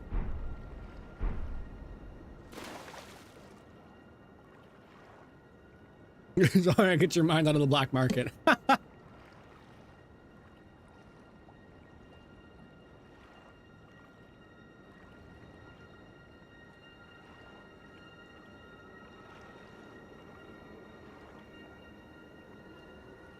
Yeah, it can be very difficult to find, honestly, like, especially if you're just, like, starting out into the VTuber sphere or just trying to find a model in the first place, it can be very difficult to find a good one. I don't know. I see thrown around a lot, like, recommendations of like, oh, well, it's okay if you have, like, just, like, a very, very basic model. And it's like, yeah, that's fine.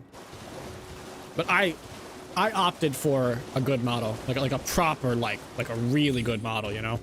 And while it is a budget, I would call it a, budgetary good model. There's room for improvement. I would recommend them.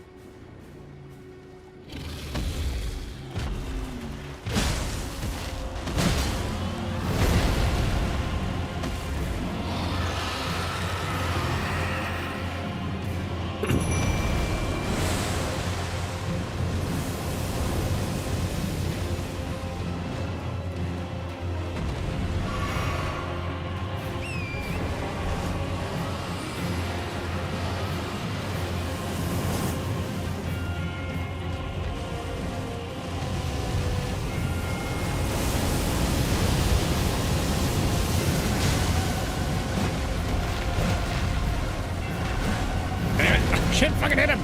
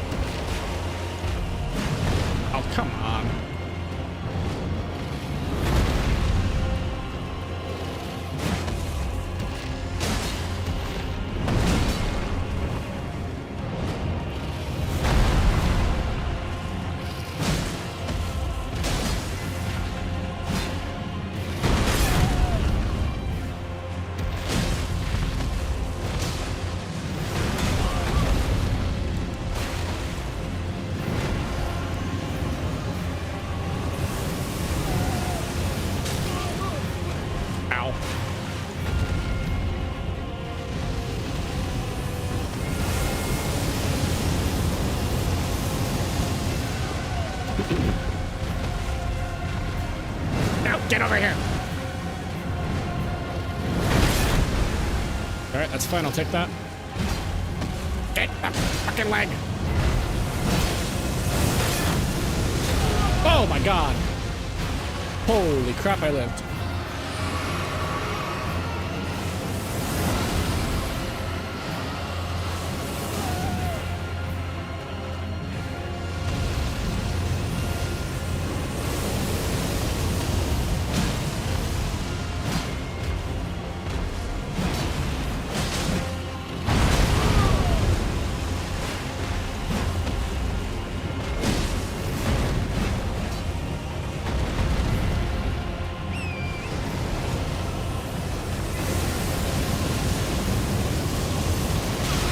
Excuse you.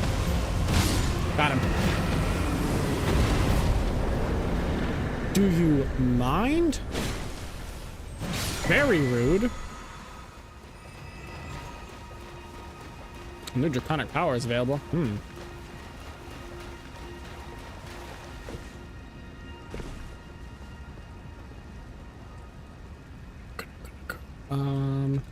If you want to know the ones we use, by the way, there we go. If you want to use the ones we used, by the way, it was Makabaka and Take. Makabaka being the artist and Take being the rigger. But I don't recognize Naku or Lumina. Give me 1 second. I'm going to look it up myself.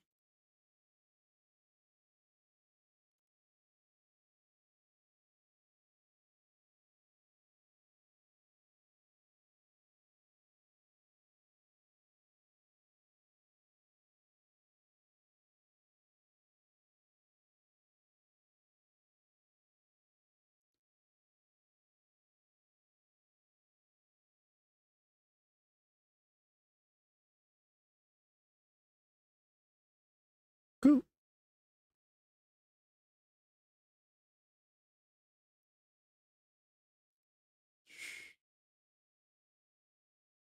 Oh yeah, this one looks good. Yeah, I can recommend that. They were on our short list. There we go. Cool. Yeah, I can recommend that. It's a good pair. They don't actually have that many sorry about that. They don't have that many like examples, but yeah.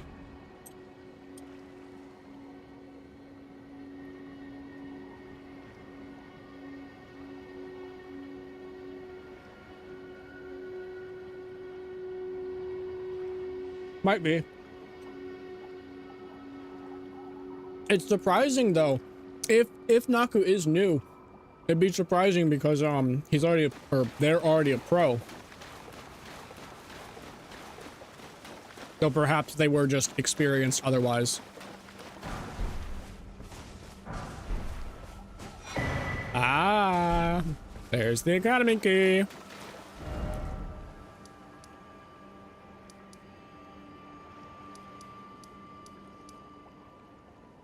Well, we can get in. Pardon me, I'm still eating.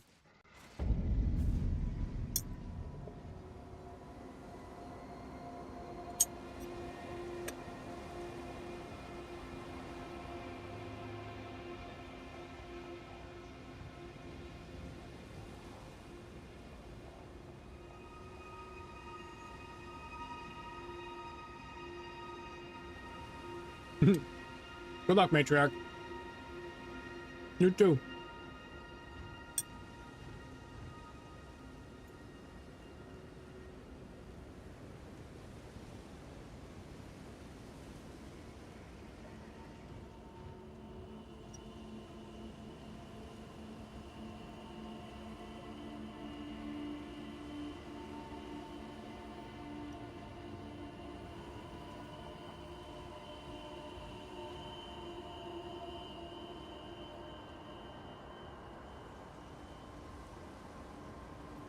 All right.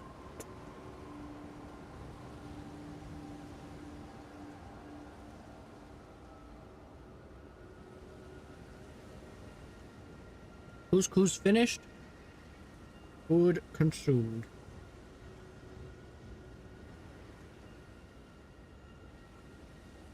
Wonder if my tea is cool enough. Ah, it is. Just barely, but it is. All right.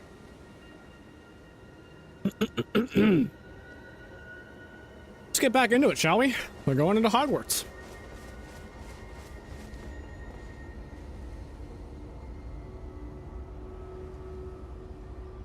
Yeah, like I said, they're pretty budget. They're remarkably budget friendly for how good the models are. I just walked straight through that. Went straight through the wood.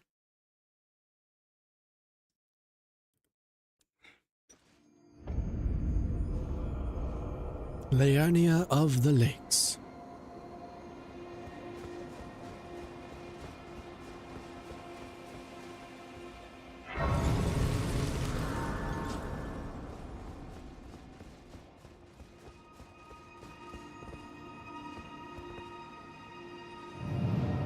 I'm guessing this throws me to the eastern gate. Probably.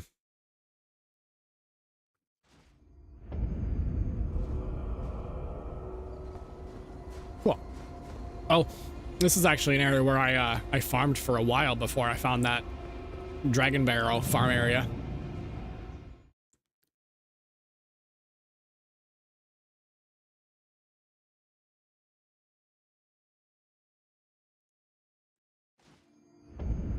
All right.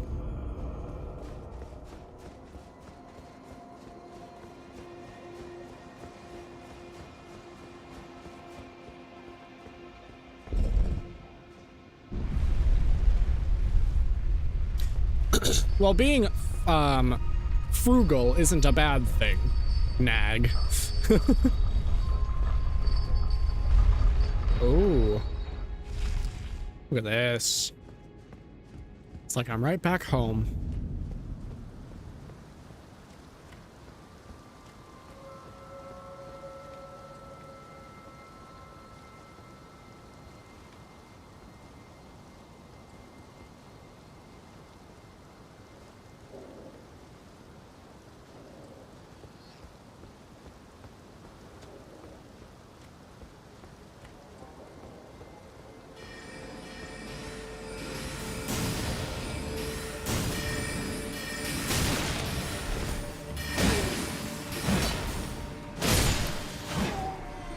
Did you just headbutt me?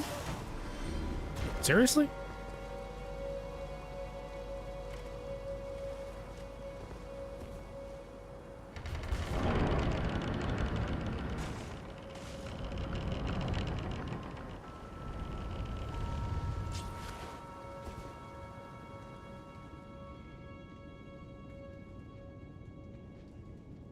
Yeah, it's not a bad thing because of it I take a long time to actually make purchases.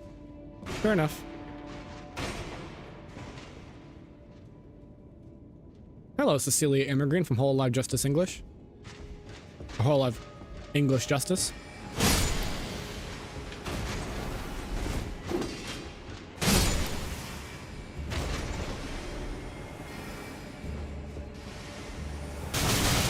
Ow, I was trying to roll through that.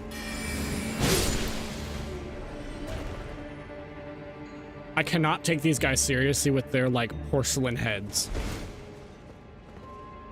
CC off the clock, it seems, yeah.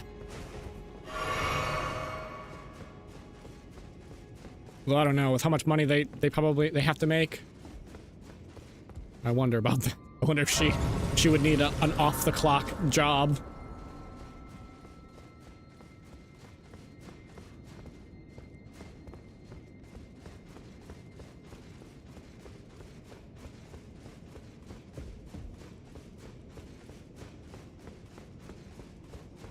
Ooh, glad I looked back. I have 120,000 runes. Hold on a second. Oh.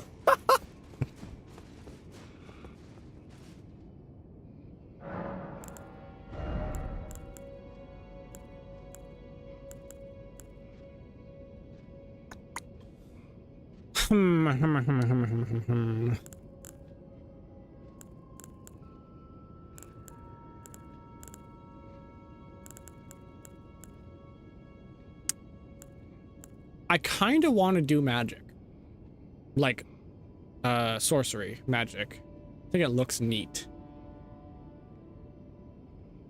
But that would require me to go bring my intelligence up by a ton. I don't know if it's gonna be viable at this point without doing extreme amounts of grinding. And if I'm gonna do extreme amounts of grinding, I actually probably would do that off stream. I would just repeat the same area over and over again. So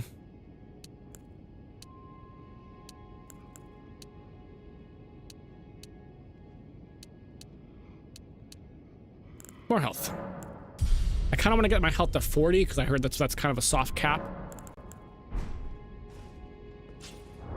How many of these runes do I actually have though? 800. Get me my calculator.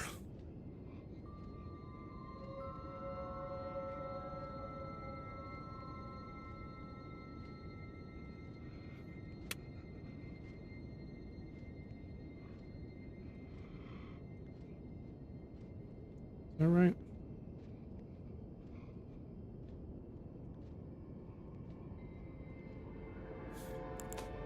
Oops. Let's just do this.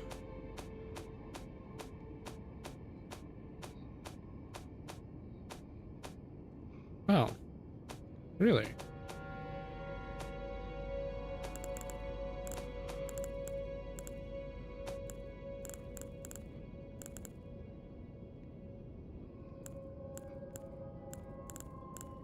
I need to remember to go to the finger maiden or the twin maidens to give these bell bearings. Keep forgetting about them.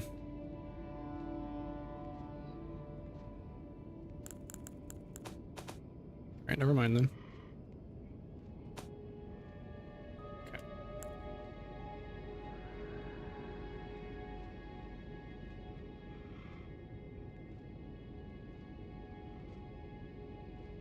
$3,000. So far is not very much. 5 times 5.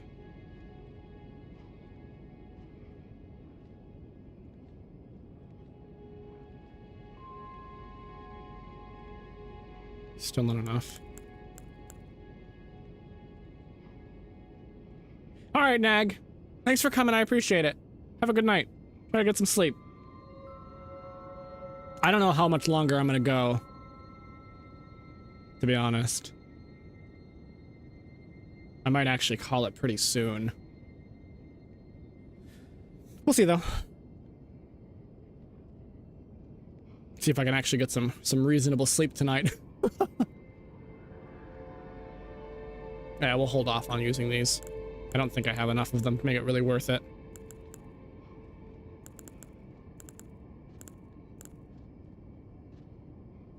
Okay.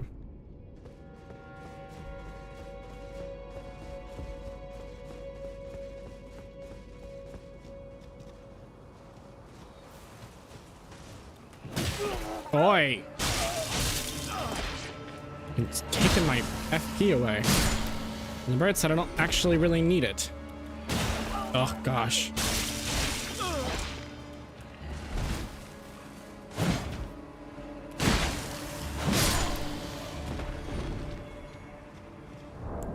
Let me check something.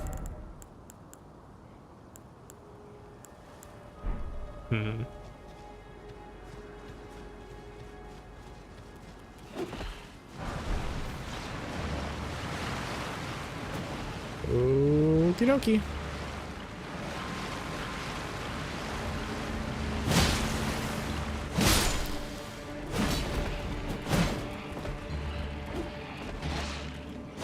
I wish you could use the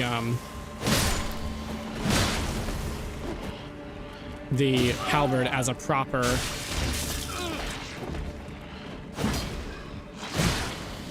like spear, like just like put it against the shield and just use the spear point.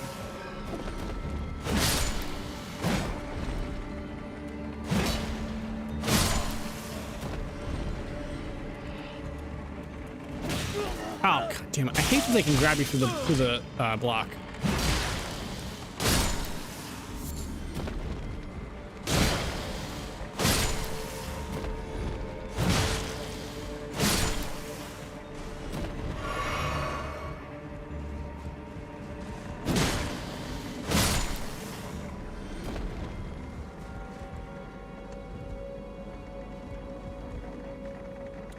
Now then, as I was about to do a second ago,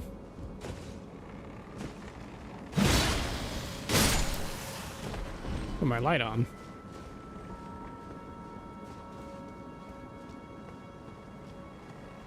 Always investigate. Oh, that was lucky. Did not see that until the last second.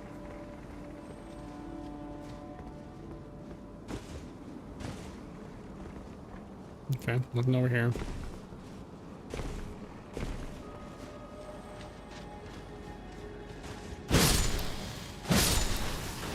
Glad those guys are a one-hit. They were a pain in the ass before. Marrying that soldier ashes.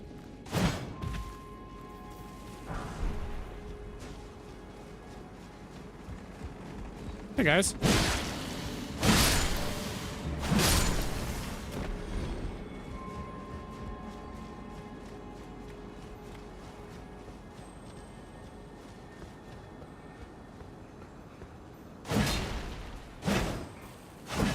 Really? Alright, works for me. Jesus, my guy is bloodied up.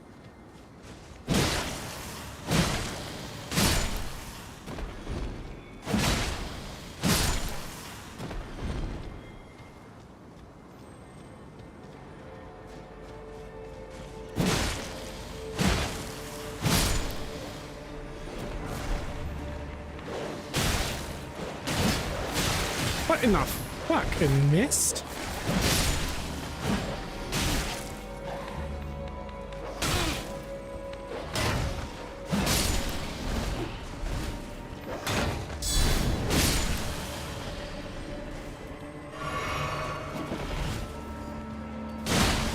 No.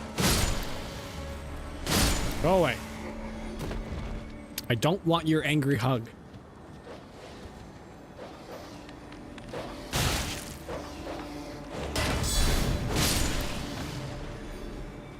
Dogs. From Software's most annoying existence.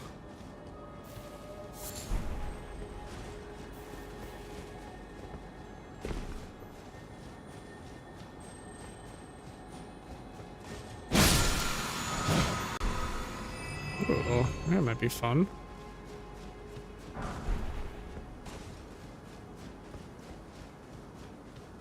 Oh, it's right. I forgot I have golden retaliation in this shield. Completely forgot about that. Perfect for this area then.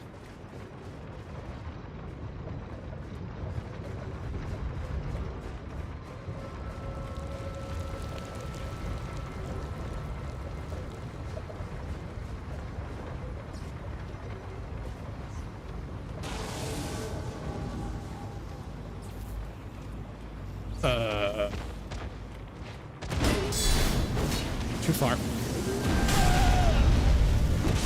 Oh, what an asshole.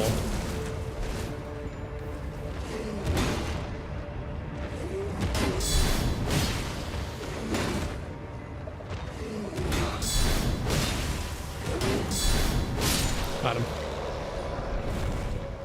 Ooh. Got a spell from him? Neat. Really? Alright, somber smithing stone. Somber smithing stone. Good, good, good.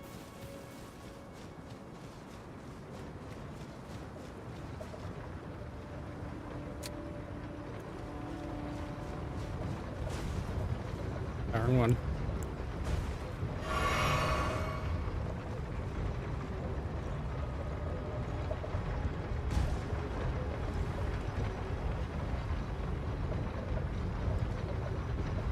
This is an interesting way to do things. Woohoo!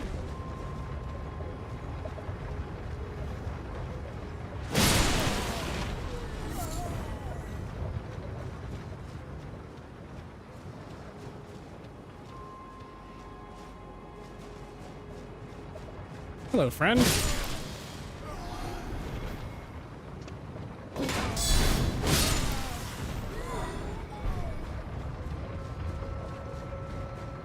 All right. Crystal darts. That might be useful if I were to ever use the throwing weapons. Ooh, Grace, my love.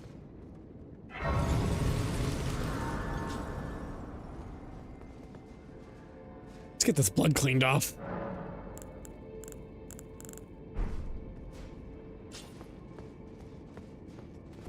Okay, I want to practice using the, Really? Alright, fine. You want to die, then die. Wanted to practice my golden retaliation, but no. Inspect this scroll. A glintstone cookbook. That's just okay. Alright, moving on.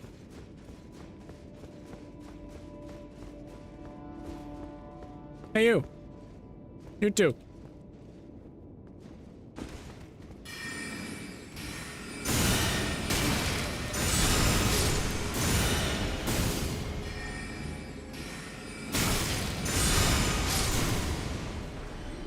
Gotta get the timing right, which that's kind of the thing with FromSoft games, but yeah, it's interesting.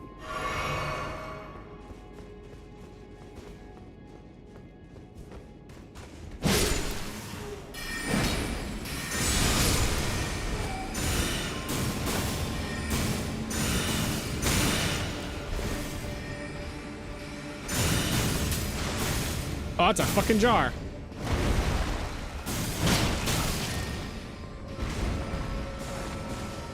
Oh, come on.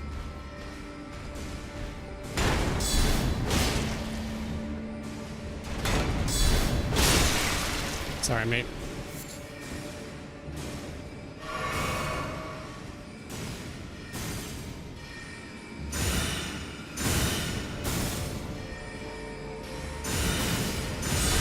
There it goes.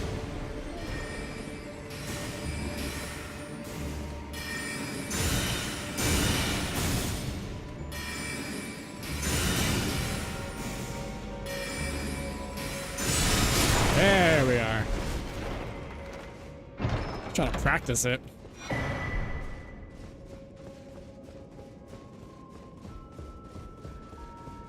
I've seen these things all over the fucking place.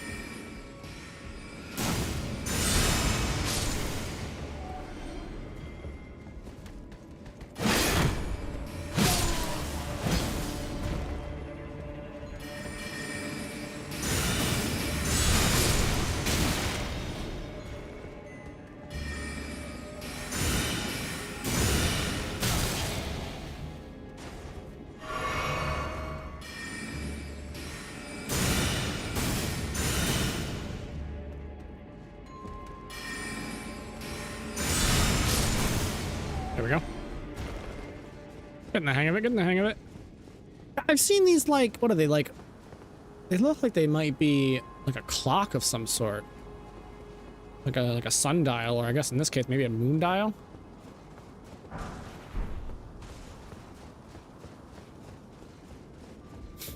I don't know.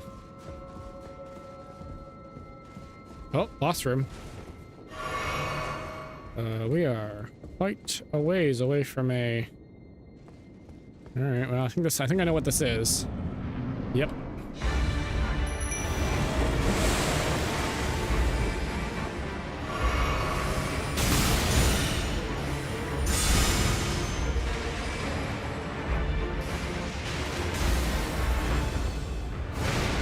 Hey, he's going after him.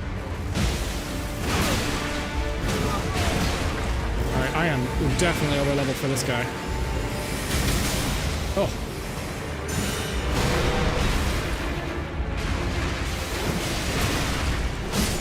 Got him. Oh my god, that was easy. Yeah, so I think we're a little high level for the university. I'm kind of okay with that.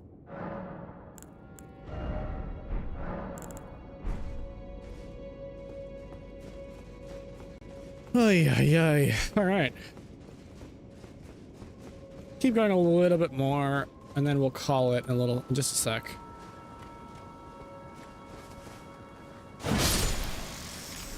Oh, it's a mud crab. Sorry, I'll let you live.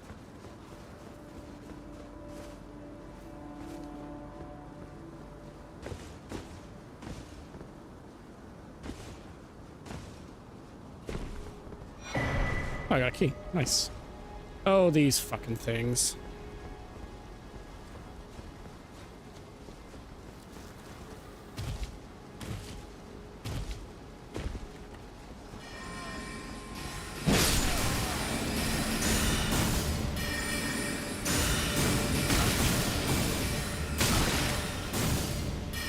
You fucking mind.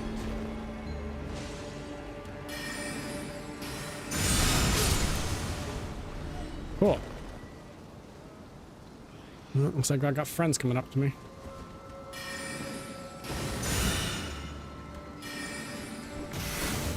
Ah.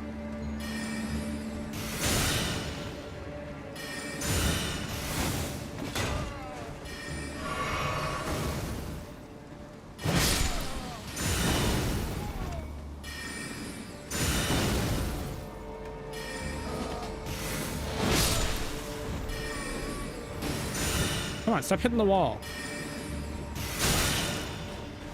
It looks like I might not be able to do it against him. Aha!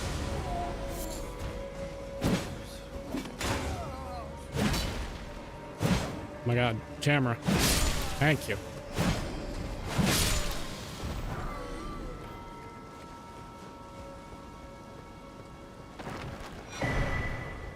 Let's know wet blade. Nice, nice. Okay. I think I am gonna actually call it there. Bit of a shorter Elden Ring stream today, apparently. As opposed to my other two late night ones. But yeah, I think I'm gonna call it there. We are officially in Hogwarts.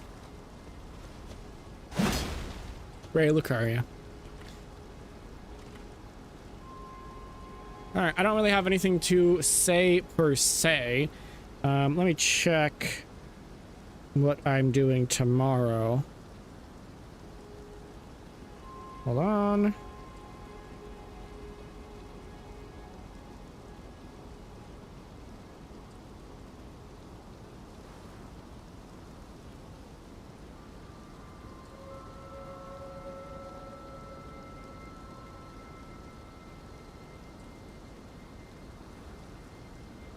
There it is. Okay. So tomorrow, in honor of the Helldivers opening up to Xbox players, we'll be playing Helldivers tomorrow. Collab with the Matriarch. Probably, what is it, at 5? I think it's at 5. Yes, at 5 p.m. We'll be fighting for humanity. Demons for humanity. Okay. And yeah, I'm not sure how long we'll play, but this should be interesting. I think, to my understanding, we haven't been playing in a little while, but to my understanding, the situation in the Helldivers game world is deteriorating pretty quickly, so the reinforcements from the Xbox players is definitely going to be appreciated. Although we're playing on PC because, you know, PC Master Race and all that. But yeah, that's about it. I hope anyone who's watching, anybody who's still watching, enjoyed. If you did, well, that's nice. If you did enjoy, please feel free to give the video, the stream, a like. Maybe drop a comment. That helps the algorithm. Apparently. And yeah, that's basically all I've got. This game's very fun. Cast it all in gold. Or blue, depending on which ending I choose. Alright, see you later. Have a good night or day. Have a good day-night cycle.